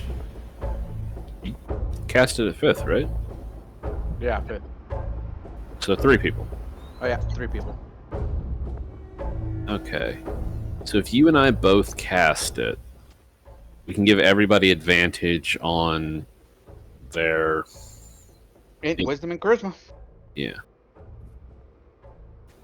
And then if Cairn uses protection from good and evil on Morgana, who is fairly susceptible to possession tactics, so that she can't be possessed. That Do we should have give enough us... time to respec my prep spells. The race is in 4 days. Oh, 4 days? We're good then. That should get us through the Wraithwood, hopefully. That sound good to you guys? Yeah. Yeah. Sounds pretty good. It saves us some time. Alright, I'll need some holy water, so that'll be fun. Because I'm not using powdered silver and iron. Where's some gloves? Can I make holy water in hell? Good question. Use some gloves. Karen, you have a spell that makes holy water. Yeah, I'm just thinking, that's possible in hell. That's a ceremony, right? Yeah. Son of a bitch, it's also powdered silver! Eat shit and die! I was wondering how long it would take him to catch that. It was a little treat. We were all waiting. Wear some gloves, goddammit. Oh, right. It just occurred to me that the werebear thing, the silver. Dumbass. Damn, what the fuck you think Wow. you're talking about? I thought he was just talking that he didn't have any and he didn't know where the fuck he was gonna find silver in hell. The abyss. Okay. So that takes care of the Wraithwood and the Dredge Fog. Stew Pot, you said we're basically running over lava the whole time? Yes, with brief like obsidian patches that have formed islands, you're just moving quick. But most of these infernal war machines are immune to fire damage. The issue is that if you slow down, you might start to sink. As So, this maybe we can lava do Nick in hates there. you and wants to kill you. So we will try and pull you under. Actually, it'd be best to use the demon ichor in there to get through it faster. Yeah. Especially if it's like an open plane, or not like an open plane, but like a It is also one of straight the shot-ish. Yeah, it is. The thing is that there's a large open area. It is that's where a lot of the racers who remain after the first few areas will try and like snipe somebody's wheel to have them crash into the pits. Yeah. Okay. So if you collect some demon ichor for that, that should be good. Also, if need be, Ondaril can wall of force us to get us over. If one of us starts slowing down, she can put a wall of force under us to get us time to fix and get back up to speed.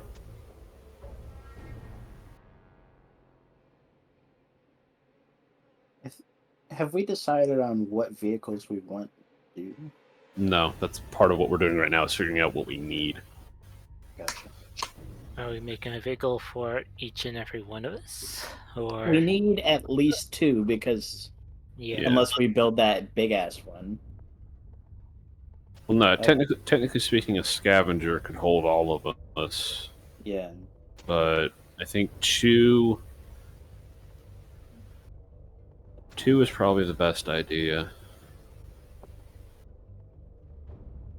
A scavenger or a grinder can hold us. Yeah. I think.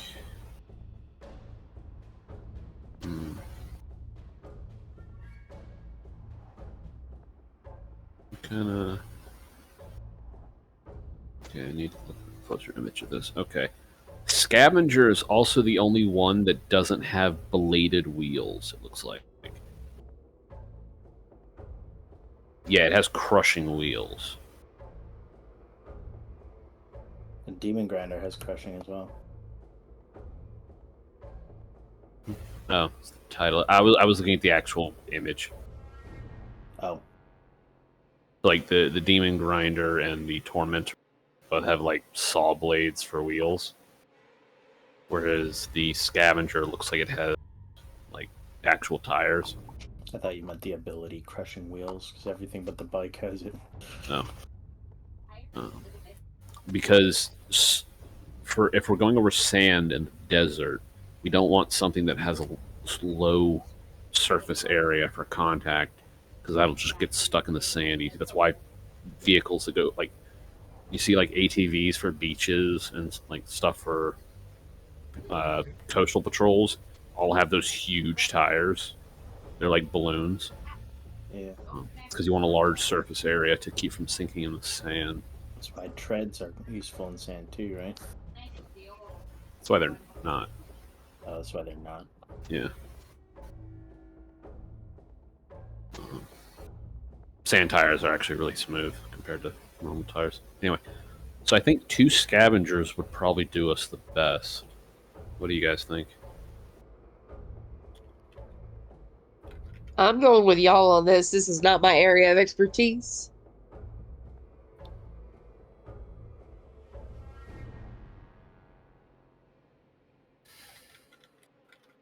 I don't see any reason not to. Okay. And then we can, half of us can go in one, half of us can go in the other. We can use the skeletons to man the stations that are empty.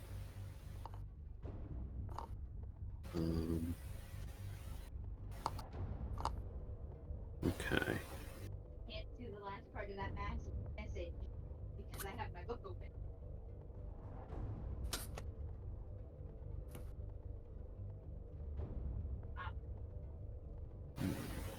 And what exactly did you say was in the Bone Dust Desert? These like demons that look like the oh god, what were they called? The ones from Lord of the Rings that came after the one who wore the one ring. Ring wraiths? Yeah, they basically look like ring wraiths, and they That's cool. yeah they desire to grab the racers and plunge them below the sand and smother them. They are largely bound to the desert,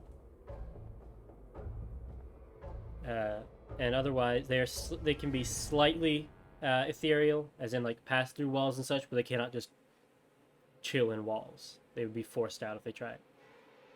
Okay.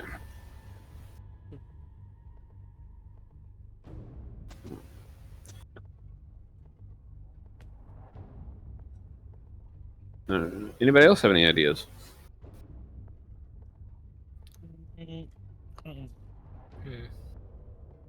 None that I can think of.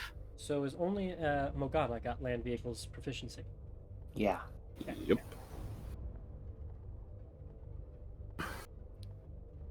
Alright, so...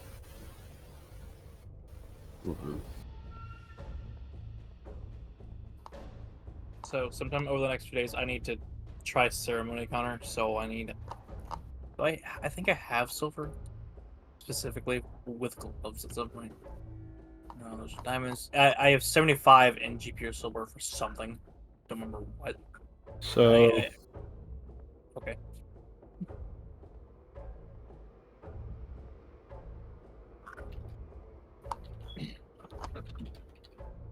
And okay, here. We will. Oh, I think he's making up a thing. I think he's drawing something. Woo!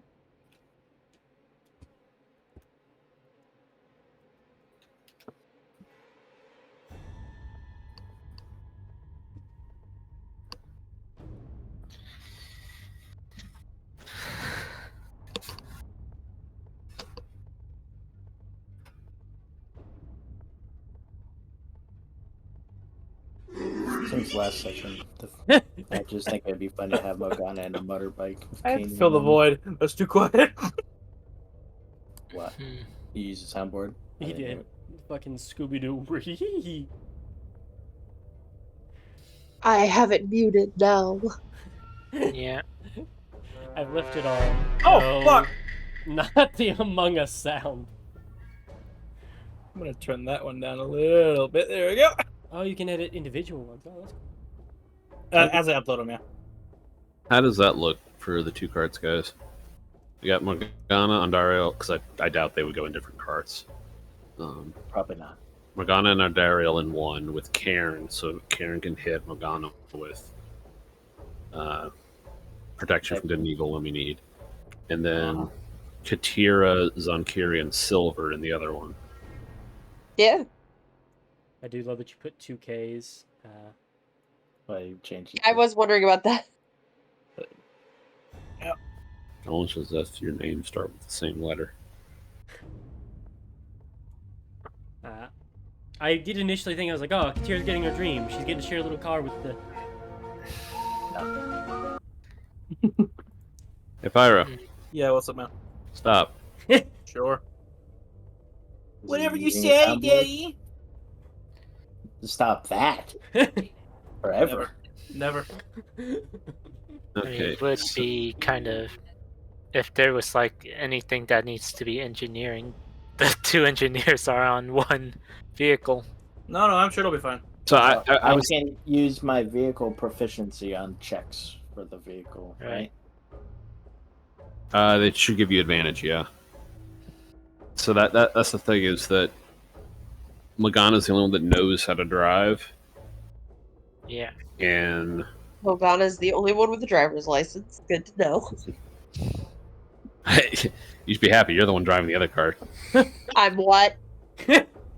Yeah, Why?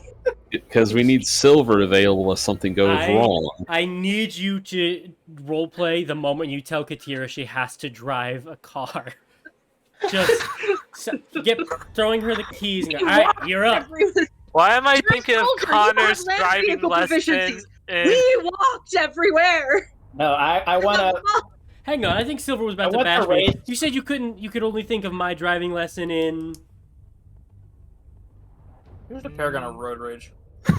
I'm keeping myself quiet. Uh-huh. We need to wait for the day of the race, and Zonkiri and Silver get in the vehicle, and Katira just gets in, and they just both look at her like, "Well, get in the helm." What? What? Yeah. You're Yeah. a soldier. You Yeah. know how to drive You didn't even vehicles. take me to the I'm campus a parking we lot to practice. walked everywhere. No, the idea is that if something goes wrong with our cart, we need Silver or Zonkiri to have their action to be able to fix it without us stopping. Yeah. Someone's gonna have to teach me how to drive a car in 4 days. We determine what stat this is. I'll give you flashes of genius if you need. Just backseat drive? Because that's helpful. Yeah. We- I mean, You it know- would be since And Karen, yeah. it would largely be the driving won't have much of a check. It'll just be like dodging things will be dex based, and trying to power Oh, through good. things with your car will be strength based. That about covers most of what you're going to be doing driving. All right. Well, I have the decks covered. Good thing Andarel's not driving. No, it'll be And funny. Daryl, take the wheel. Whoa! Don't suppose he gets danger sense for this. All right, so let's get to work on 2 scavengers. So as you'll spend your time like drawing up your blueprints, first of all, Silver, go ahead and give me an engineering check. At advantage if Zonkiri is helping you to draft up the blueprints for your scavengers.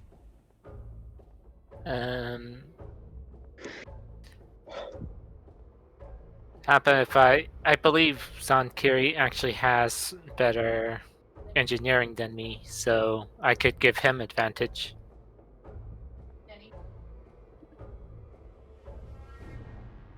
All right. Okay. I mean, if you want, I think I have an 8. You have a 9. I would say generally, like you are the expert here, Silver. Okay. Building machines is your wheelhouse. Okay. Building siege weapons. Sounds is fair. Wheelhouse. So he's siege weapons. I'm Hold on. machinery Hold on. drivers. Silver is the one building the engine and the frames. Zonkiri's putting the weapons on it. Okay. Let me see if we put Fair the enough, hollow so- points in them when we hit them. I'll roll. I'll put a flash of genius for it if I You must. hot. don't need it. Very hot. You draw out perfect schematics. You identify your parts as well in the pile. Yeah. And you are starting to delegate like which parts need to go where. While they're doing this drafting, Morgana, your scan completes. Main flags that you've detected some behavioral changes possible, and but there would be new bonuses available to you while you're in the abyss. That behavioral change. Yep. So more murder.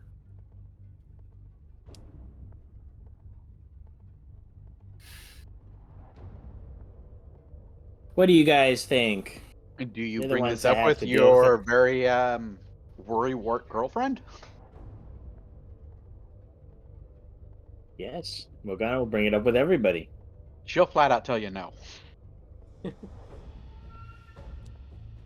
Yeah, probably not a good idea.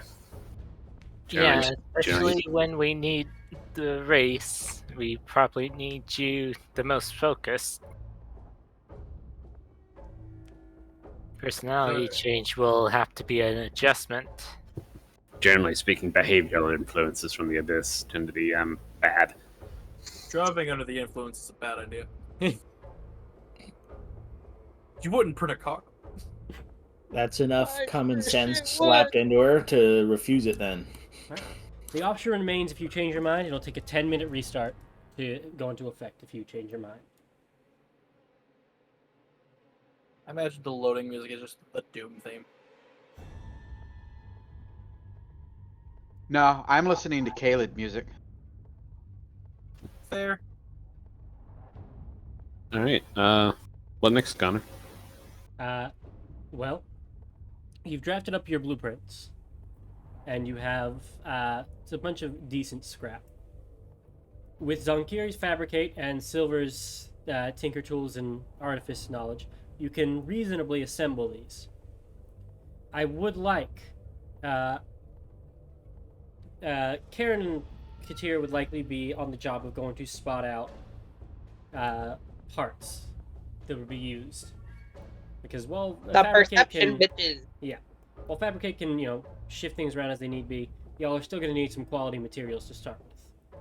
So, assuming that they both go out with a partner, and Daryl and Morgana, one of which each, I would like both of you to make a perception check at advantage if your partner is helping you. Hold on. As we're building this thing, Zonkiri just has like Morgana next to him as he's like installing something, and every now and then he hands her like a length of metal or something. Can you bend this to 90 degrees for me? Crunch. Stalls it, hands her another piece. Can you bend this to 60 degrees? Crunch. Bender.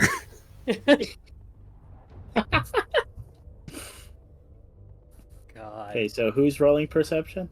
Katira and Karen. So, Morgana. Are you I helping would us like to so we know. have advantage? And Daryl and Mogano, you're each like I had said that you all were probably splitting up, and one of you going with Karen, one going with Katira, so that nobody's alone wandering around the scrapyard. I feel like we know who's going with whom. I want to ask. I think you're an idiot for asking, bud.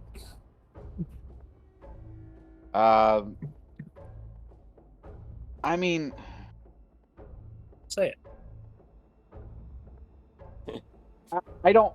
This isn't the way she's gonna look at it. Karen and Andariel are both spellcasters. It would be stupid for them to go together.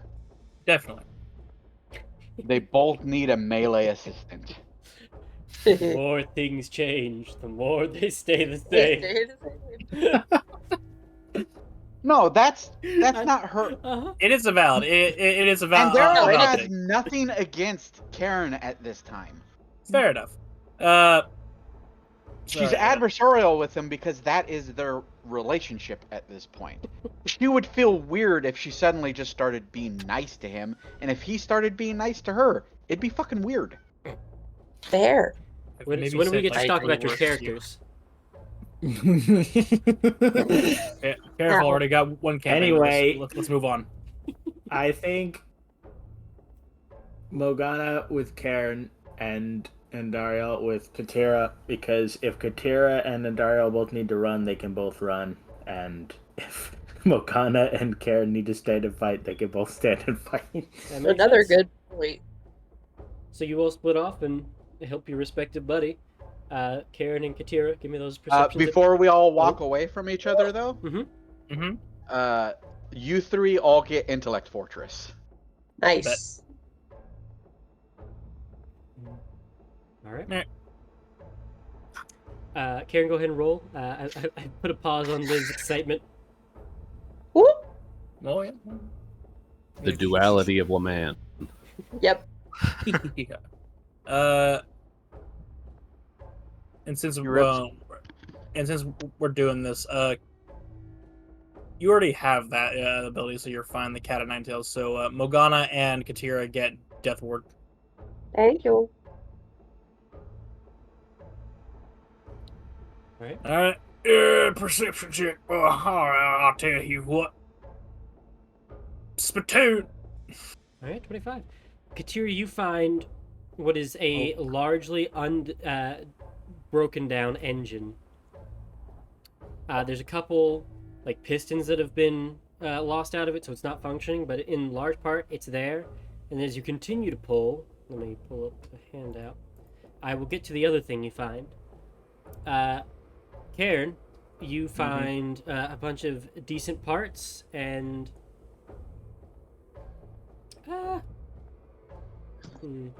odd or even, Karen? What? Odd or Odd. even? Odd. Odd? Okay. That's odd. As you're taking up some parts and like giving them over to Morgana to drag back, which I'm now realizing one flaw in the way your teams are built up. Oh, no strength. Yeah. Yeah, I find it amusing that they've had to find an engine block. Yeah. Karen, as you lift up like a large thing of sheet metal, you see something slither up under another part.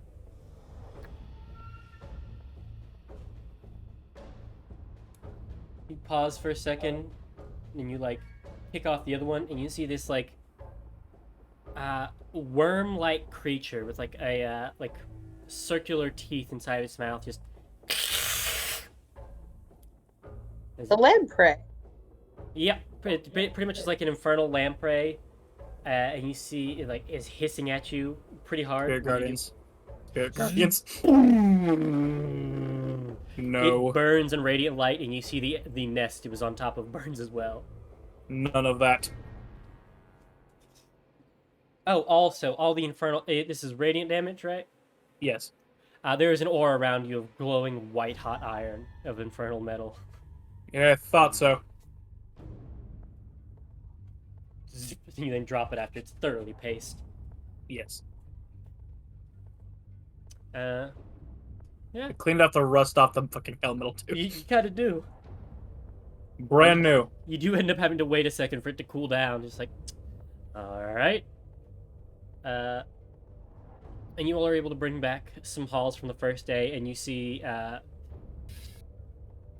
Zonkiri and Silver. I want you each to give me an engineering check, one for each of the scavengers. So these will not be an advantage. Hold on. Oh. Upcast. I mean, he has. I mean, how gave me big can scrolls of fabricate it. get? Oh, enhanced ability. No. Yeah, enhance ability. Cast a level 3 to give us both advantage. Nice. Alright, so both of you had advantage then, engineering checks. 22 and Silver. 28. Nice. Giggity. Nice. Silver's chassis is like pretty much ready to start having things dropped into it, and that's where the engine that Katira's going to walk back with once it kind of hand waving that like Zonkiri's stretching one casting of fabricate into like his working stuff, just doing a bunch of little fabricates for like the cost of one as we're kind of a little bit cinematically doing it. No, he's doing it like those old model kits. Yeah. I forget what that type of structure is called, like the punch out pieces. I know what you're talking Oh about. God, I know. Yeah. Oh, those are awful. I shit have literally I all have branded them as for my Windows. Gunpla. A very smart I way think to they're use literally called punch out. Yeah. Punch out models, I think. 2, 3, 4. Liv, I'm gonna send you.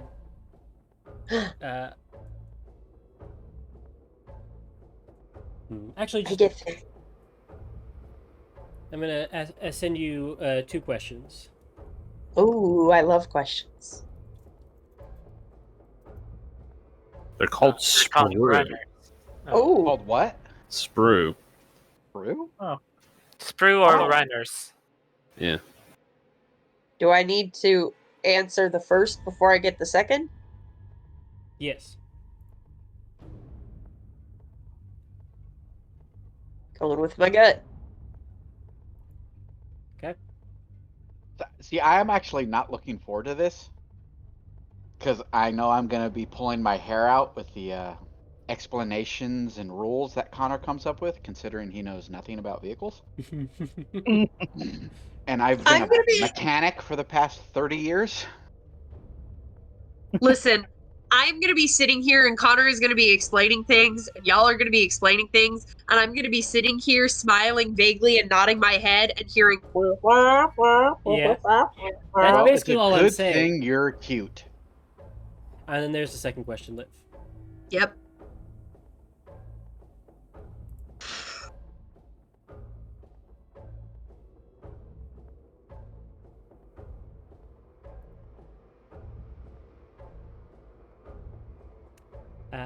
And Dario, as you're there with Katira, she pulls this engine block out, and you will have a time, likely having to use. Do you have levitate on your staff? I'm assuming. On my staff? I don't know. I can summon phantom steeds, and we could just pull it out. Then you are doing that then. Hold on, let me check Step of Power because levitate would be better. You do. Yeah, so I would use levitate, and a bridge between both the phantom steeds and levitate to get shit out. All right. Do I as need to you're- keep track of my charges, or No, you could just hand not right waving this? now. This is pretty much the check for today. Is this hunt? You will notice, Katira, that you find something extra underneath this engine block.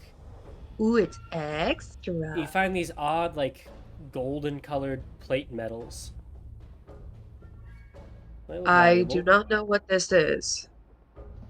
Can I roll something on that? I do have the ability to see magical items. They by the way. they seem magical, just vaguely enchanted with infernal essence. You can give me a very hard religion check.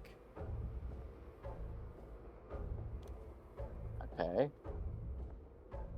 That'll 25? do it. You're Nice. examining it, and you're kind of looking over it, and it is some sort of like protective material that you could wrap on your car. Gilded death armor. Gold Ooh. stolen or bartered from the Archdevil Mammon plates the vehicle's exterior. This gold can't be removed without destroying the vehicle and turns to dust when the Infernal War Machine drops to 0 hit points. Gilded armor grants the Infernal War Machine resistance to bludgeoning, piercing, and slashing damage. That's nice. Yoink. You have enough to wrap one car with that. Ooh. Nice. Fascinating. I found Uh, some good shit. So the fellas come back, well, Karen and the robot, come back with some decent metal, and you all feel pretty satisfied. You're like, yeah, we got, a lot of, like, rust-free, like, you got a good helping of metal, and then you see Katira and Andaria walk back with, like, most of an engine block and, like, sheets of gold. Pandariel said this will be very helpful in defense. Information spiel. You two engineers examine it, and you know immediately that you can just how you're going to wrap it on there in the weak points of the structure and give it your bonus armor. Can we take those home? Are you planning on leaving these vehicles here? Like, Okay. if you I'm find a way to not get them sure. out. They You're are. giving us valid reason to farm soul coins, by the way. I hope you're aware of this. Yeah, these do run on soul coins. Oh. No. That is the fuel for these. Ooh. Oh, I guess we're gonna go be highwaymen a little bit more. How many soul coins is actually the entire race? 1 coin powers it for 24 hours. So, And how long is this race going to be? More than 24 hours? no, like 4 to 6 hours. You want me to cut it in half for you? Actually, no, 6 to 8.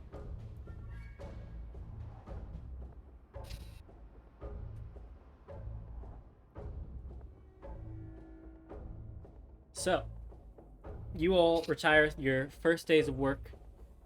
You've been given like a small clearing to go and build these two. Your scavengers are starting to come together. Silver's in particular is looking like you might actually be able to start driving his. It looks a little bit like a stock car. That's not the right Doom buggy. word. Doom buggy. It looks a bit like a doom buggy, and that has got all the pipes exposed and such. But, But, you're all making way. You're making progress on it. In fact, if you roll pretty well on the scavenger you're making, Silver, you might have time to throw together a bike.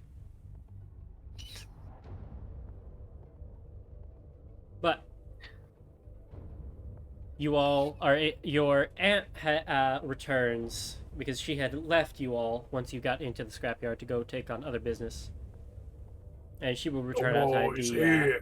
She will return to the scrapyard at when it's time for you all to come take a rest. Yep. The Tanarok Nephira assures you that nobody's going to alter or mess with your vehicles while you're away.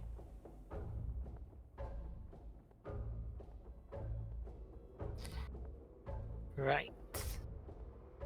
So, 1 second.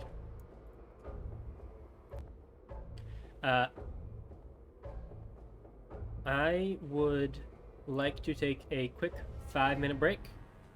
And we will bounce back as we blast through the rest of your preparations for the race. So, see you back in 5. Yeah. Yeah. Welcome back.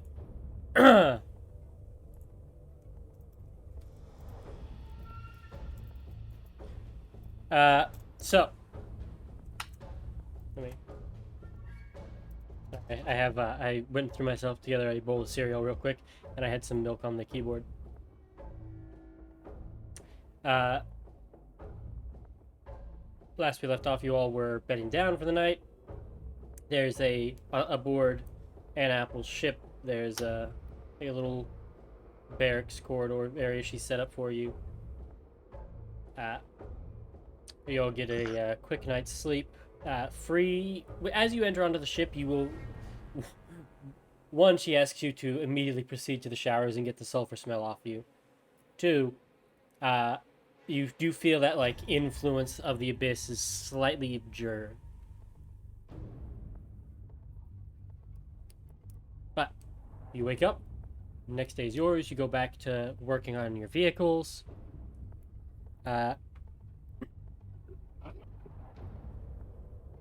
Party members other than Zonkari and Silver. Over the next 3 days, you all will have you all will be going out and gathering parts, and if you roll a natural 20, you will find Fun shit. an addition. Something that can be turned into a mod. It's only on a natural 20 because Holy Fair. fuck. These things can be strong. But I wanted to throw in the opportunity to get some. So, assuming you're breaking back into the teams you had, I still need the perception check from Karen and Katira to go and grab their parts that they're looking for. And then I will... Still with advantage from buddies. Yeah, 24. pretty good. 96. Pretty good. You all once again come back with the parts your engineers ask you for, and then I'm gonna get those 2 engineering checks from Silver and Zonkiri. I'm assuming at advantage again with another enhanced ability. Mm-hmm. I'm also assuming that Intellect Fortress and Death Wards went up again. So I guess he got the Yeah. 24, and I got the 25. Thought of something even funnier than 24. But Silver, yours is now definitively ready to be built. It just needs like the final weapons and armor to be put on. Or sorry, excuse me, it's ready to be driven, but the weapons and armor are the last parts to go on. Who is getting their car wrapped in the gilded armor? I would think the one with Morgana, Andariel, and them, since they don't have engineers, anything that really damages them will hurt them too much. So I Okay. think Yeah. theirs should That be is true. the most protected. Agreed. Yeah. High armor on the one that can't heal. Sounds good. So we'll say that's the one you're building, Silver. So Yeah. over this second day, the sheets get cleaned off and prepared, and then between a fabricate and engineering, the armor is wrapped on the car. Want a little hot rod red? Absolutely doable. Iron Man. Sorry. Iron Man thing. Absolutely possible. So you throw some inverted color scheme Iron Man, because it's mostly gilded gold and then with a bit of red, but it's legally distinct enough for Disney to stay off of us. And that wraps your second day. You once again will make your way back to Apple's ship for your rest. This third day will be the last one you have to finish your bikes each. So, once again, we'll do another round of perception checks for hunting parts. 23. Okay. Hey, Yeah. Hey. Connor. Yeah. I hate to break it to you, bud. Iron Man 3. Ah, that's funny. Ooh. Nice. Nice. He Good gets the stuff. special thing now. Karen, you're gonna have a series of questions come to you. Oh no. Go ahead. Question number 1. Oh fuck. Oh, there. Message it to me.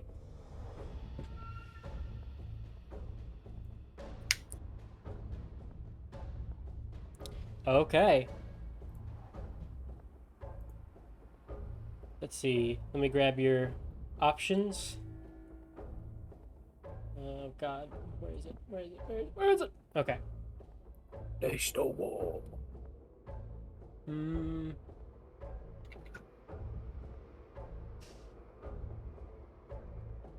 Cool.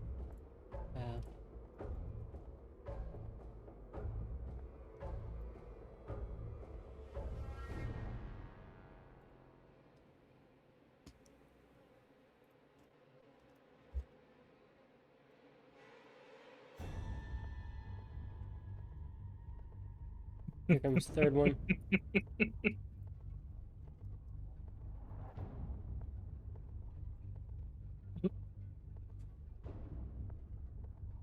I like that third option for a very specific reason. Okay. So, as you all are recovering parts, Karen, you're there with Morgana, and you find like a really like compacted area of metal, and using both of your all strength, you just break into it, rip it open, and inside of there you see what almost looks like it looks like a body at first. What the fuck? You take a step back because you were told to be wary of sticking your hands places you couldn't see. Yep. Then you reach down like a hook and pull it up, and you see like it's this like wax covered humanoid torso that just looks slightly melty. And it's got Gross. a barbed hand crank between its shoulder blades. Oh no. And you see that there's like a head on the next to it that has some like runes on the forehead that match the chest. Morgana, this is gross. But it's clearly magical. You have found an infernal screamer. Requires one crew, grants half cover. The screamer's operator targets one creature it can see within 120 feet of the screamer. The target must succeed a DC Wisdom saving throw, taking 26, 40, 12 psychic damage on a failed saving throw, or half as much as on a successful save. Wait, isn't that Morgana's nickname for Ontario? Heyo. The Andy Candy. All right, so I'm gonna paint this green. I'm gonna make it. It's called. I'm gonna call it the Loudner. Oh, God. Wow. It's the war. And is this one going on the armored car as well, or is this going on the other one? I look at the death mage and the fucking miniature Gundam. You set your add-on at their feet and wait for their response. I found a Loudner. More darker lads. What do you think, Silva? You're the weapon expert. See, what I do is I crank it and it makes a wah sound. You know, as much as I would love to put it on mine as well, I do notice that you and I are particularly good at ranged things, yes? I'm a good sniper, got a few electric attacks, as well as greasing and smoke. I can't help but notice they're patting themselves on the back. Wait, we have the actual Eldritch Railgun on our team. And nothing else. Fuck you, I have Guiding Bolt. I mean, that would work if it ever hit. Ooh. I'll turn your skeletons That into is- mush right now. I'm that petty. We know. God. So I'm thinking, let's put it on theirs as well. Fair enough. So, mounted on top of this scavenger, like a little Humvee, there's now like a mounted torso with like the like stretched, aghast face of an orc. I can't resist the meme any longer. It's the war. Do you want to? Who wants to fire the weapon for the first time? Let the orc fire it. I'll sidle up to it. Is my right? I will grab the crank, aim it at a random pile of garbage. Pull! You wind it up and like the jaw opens and you hear like this almost like a breath in, and then you see like the runes light up in succession, and then there's the button on the crank. It blasts out, and you see like a worm creature just splatters from underneath the metal because it's psychic damage. And like 10 seconds later, you see the Tanarok rush out of the cathedral. Did somebody hear it? Did you hear that?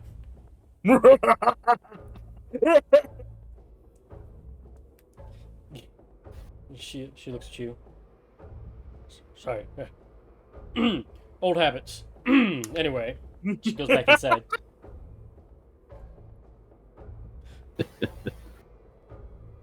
All right, well, that looks like it's going to be fun. Karen's already wearing the little speed freak goggles. Well, So engineering checks? Have you not rolled those yet? No, Oh. we haven't. Oh, go ahead. Okay. Pretty good. I'll give myself a flash of genius. Pretty good. And you all will finish on time. You all have about 24 hours now before you have to go and be a part of the race. I will say, if you wanted to throw together a bike, it would take both of you working on it, and it would be a fairly high DC that you would both have to hit to finish it on time. But I mainly only say that because there was certain sentiments of party members that you might want to take a bike with you. Want to give it a shot? I will say also, Good. I was gonna say, after the race, like, the contract you paid to come here will be expired. So if you don't do it now, you won't have access to the material. Yeah. Unless we steep. Oh, that'll be a good idea. hey, that's a free Holy Avenger. Okay. Sure. Let's try. See if we can flash build this. Okay, so I'll roll for first this time. Hold Or- on. Hold Huh? Hold on. I have to check if I have this. Ah, damn, I don't have it. Never mind. I was gonna see if I could use skill empowerment to give us expertise. First things first. You'll get your rest. And you come up this last day of preparation. Scavenger groups. This is your opportunity to find anything. You're going out to grab the parts for this bike quickly. This is also your opportunity to find mods that'll go for the bike specifically. All right. So natural 20 will Canyon have armor. on the Yep. 27. Unfortunately, a point shy on the die. Tragic. And then Karen's group. Hey, Stu. Well. Oh, wait a minute. Oh, fuck. Hang on, the sheet's being retarded again. Where it opens up and there we go. Shane Fuck is praying right now. You all find enough parts to get together the Devil's Ride, though. No Canian armor. Sorry, Shane. Don't worry, I'm sure we'll see something with Canian armor on the tracks and then blow it up. Beyond use. You're just in the middle of a stew pit, blow it up, and have it sink below the lava. Just no. You all get all the material to your engineers, and then now I want my the crafter checks to throw together this bike. You both have to cross a 25. Okay. Here we go. I'll roll first. Let's see. Yeah. 19. That's even with a flash of genius, I will only hit 23 unless someone has a +2. Nope. Advantage on strength check, advantage on con save. That's all I got. No rerolls. Unfortunately not. We wouldn't have made it. You all are about halfway done with the Devil's Ride by the time you realize you've got to get going. Zonkiri will just pat Silver on the back and whisper something into his ear as we go. Ominous. Morgana, you just kind of look at the bike, unfinished. Just sad. But you all have your scavengers there. In fact, this would be the, yeah. All right. What is the plan for the race? One me. It is fitting. I will say, you all are coming up on the time to pop in those first coins to get that, to drive them over. Oh yeah, we coins should have 72 hours of bike in them, right? Yeah, that's what I'm saying. Like, it's time to like turn on the vehicles for the first time. All right, everyone ready? Affirmative. Yes. Lock and load. The war is here.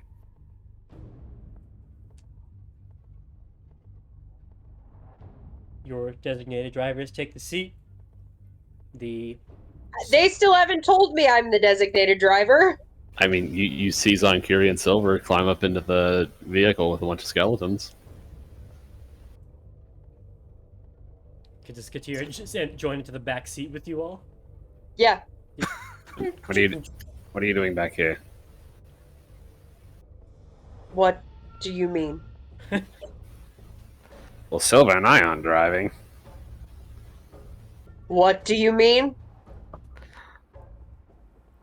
I mean, I have to make sure these things keep in top shape.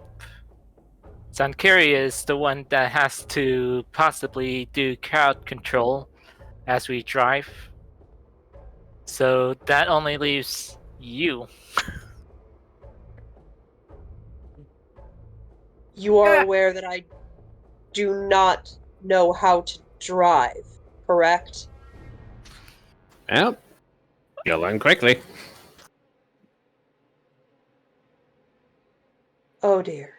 Look, this pedal makes it speed up. This one makes it slow down.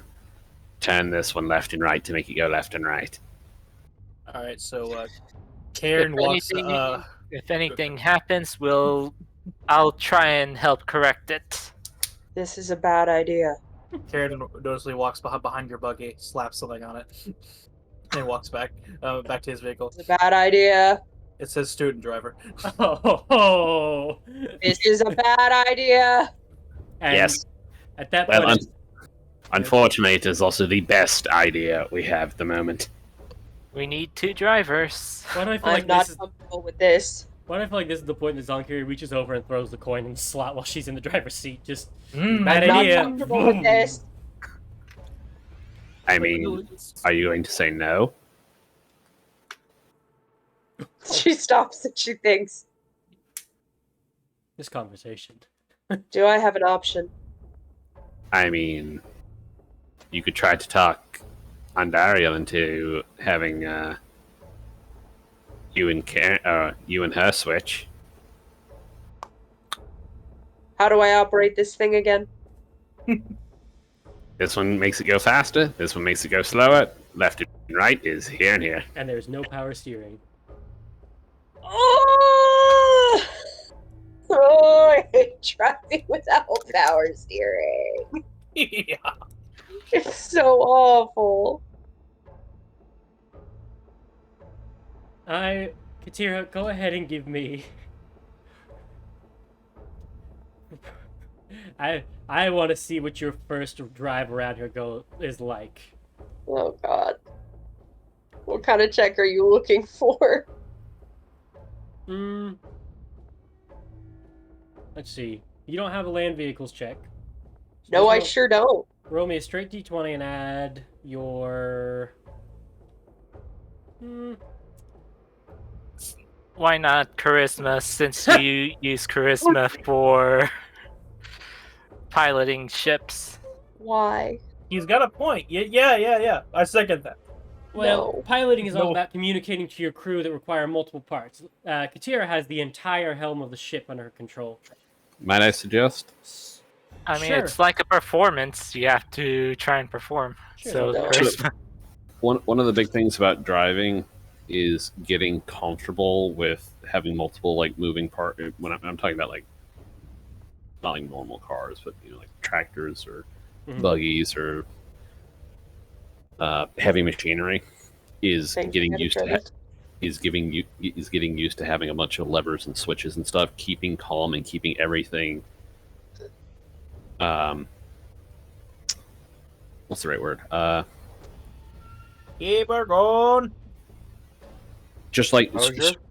yeah, like keeping your composure, keeping it in the realm of something you're not like you have to learn to not actively think about it. You have to let it become ingrained and just kind of I have so much time for that. True. Less of an active thought and more just like a passive knowing how to do it. So like wisdom, just keeping her calm and I think it's letting fair. Yeah. like letting her instincts kind of take over. Yeah. That's You know what? I appreciate you for pulling for wisdom. I mean, I would have pulled for They're actually really intelligence. good. I would have pulled for intelligence, but I know a lot of Wisdom is better. I know a lot of truck drivers and heavy machinery operators, and wisdom is not their foray. Wisdom, Wisdom is is better, used wisdom is better. to. Is it usually wisdom to a wisdom save for fear?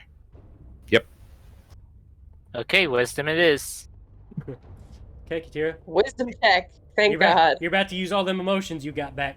Woo! So, Wisdom is the other thing I'm good at. Morgana, you're sat in your car, you slot in the coin, and you feel it start to rev up. And you're kind of smiling at the hum of the engine. And then you see Katira peel off at high speeds through this junkyard.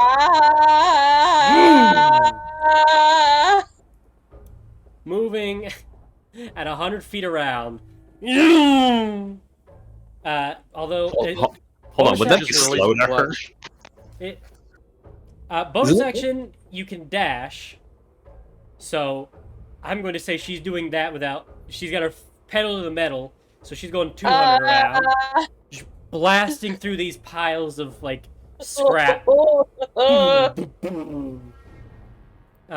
Morgana, would you like to chase? Just Well, now I'm just gonna spamming me. look back at Karen and Andario. I believe Katira is driving that one. And then turn it on and start driving after. Morgana, no fear. Katira driving, one fear. You get a pop-up on your screen, on your HUD as soon as you grab the wheel. Bloop. Activate integrative protocol from your little sphere, your doom sphere. A doom sphere. That's the one for the abyss, right? Nope, this is something different. Something different. Sure. You all see the little doom sphere shoot out of her back of her. Flashes red for a second before returning to green. And Morgana, you feel yourself starting to connect to your vehicle. Oh. You now feel connected, like the wheels are part of your limbs. Transformers. Give me a land vehicles check. Based on strength, as I imagine you're just whipping this thing hard to catch up. Boom! You take off right behind, and you all peel right out of the scrapyard. Katira's like skids over the road into the dirt before swiveling back and going on. Like a skeleton, like is like fallen and is like connected bone by bone, and another one's holding it, like swinging out of the vehicle. You all in Morgana's car watch as she like Tokyo drifts around the corner, like no problem. If you could see Morgana's eyes, I'd imagine there's a little bit of excitement going this fast. Yeah. And you all are chopping up the road and keeping part of it. The radio clicks on, and you hear Apple's voice. I see you all are pulling out of there. I take it you're ready to head in? Alright, I'm gonna check in with the other one, dear. Best of luck. And it switches off. So supportive. Andario. Oh no, wait, hold on. Yeah. Katira. Stop screaming. Force a habit. Yes.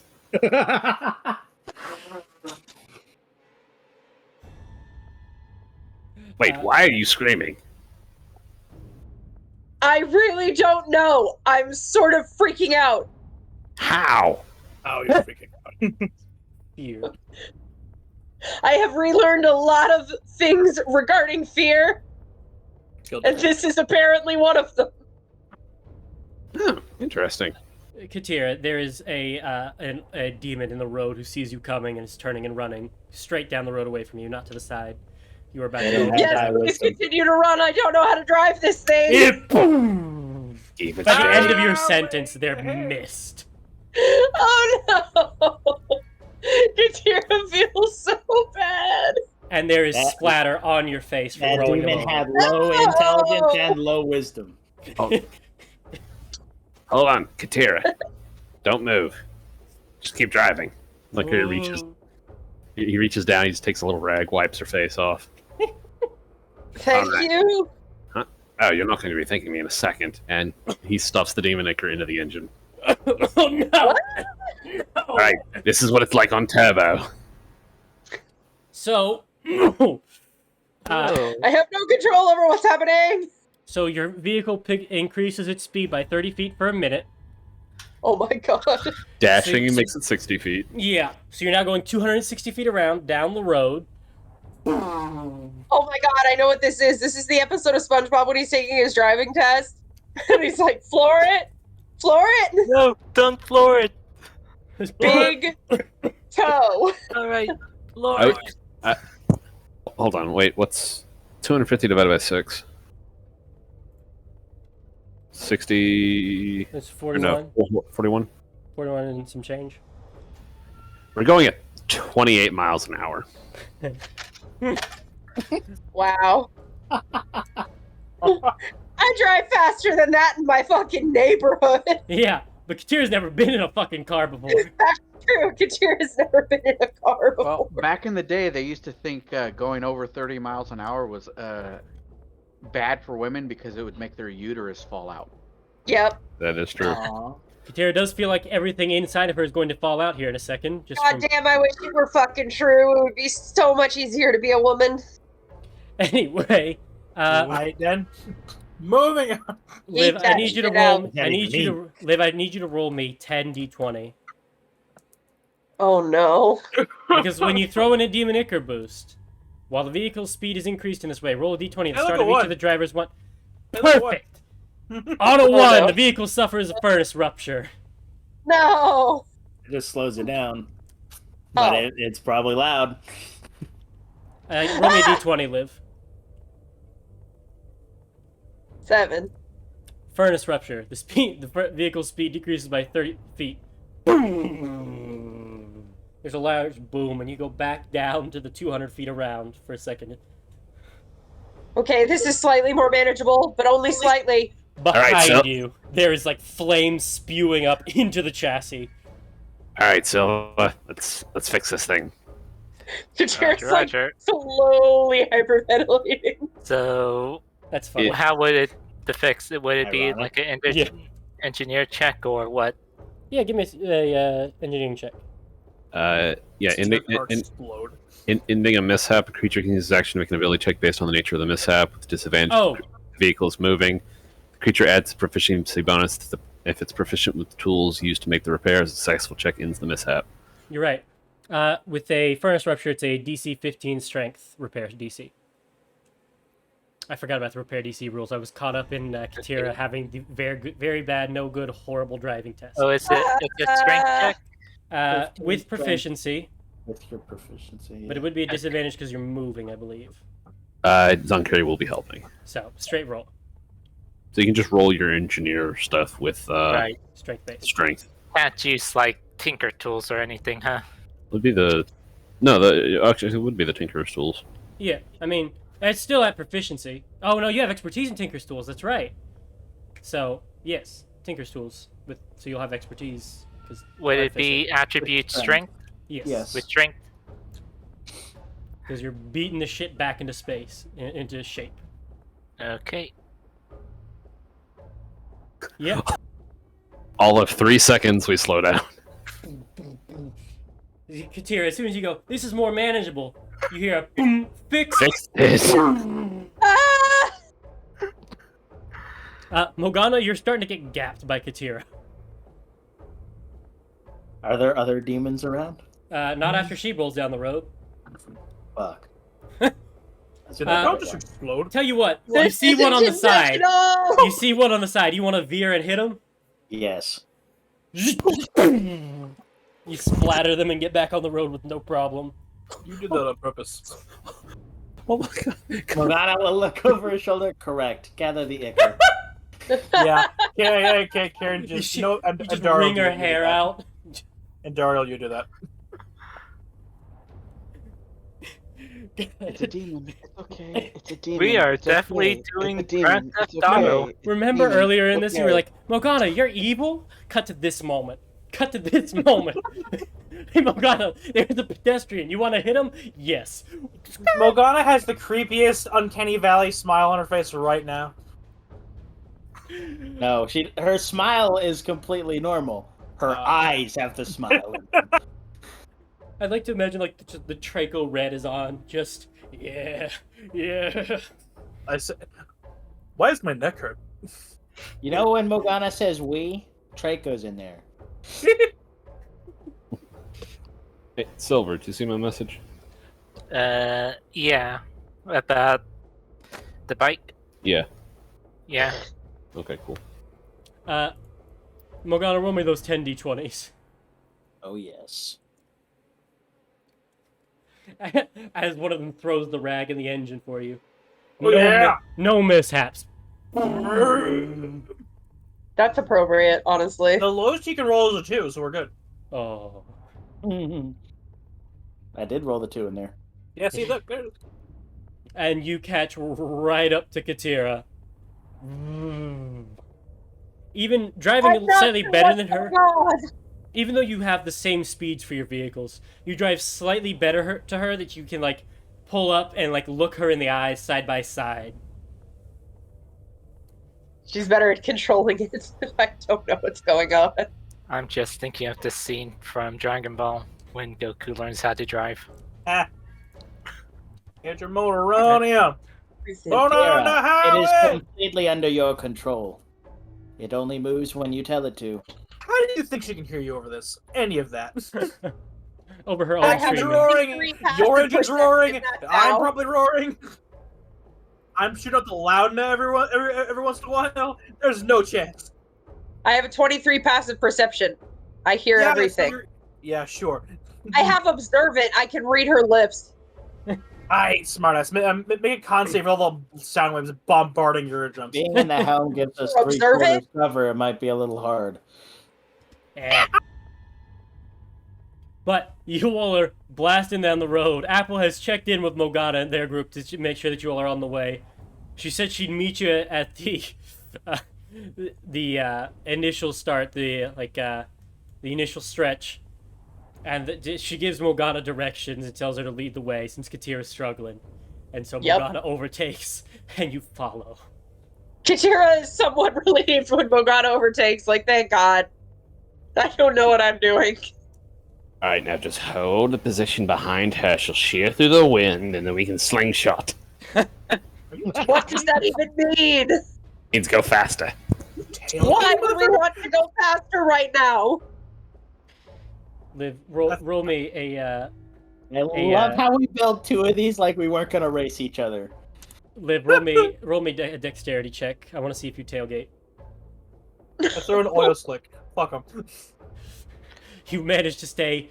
You're a little close, but you're not quite on her bumper. I'm close so that people can't get behind me and make it hard for me to follow her.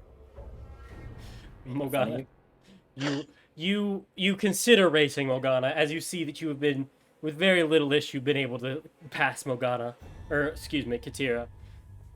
But the thought remains in your mind: are you a better driver than Zonkiri and Silver are a problem maker? Are you in good hands? Is this insured?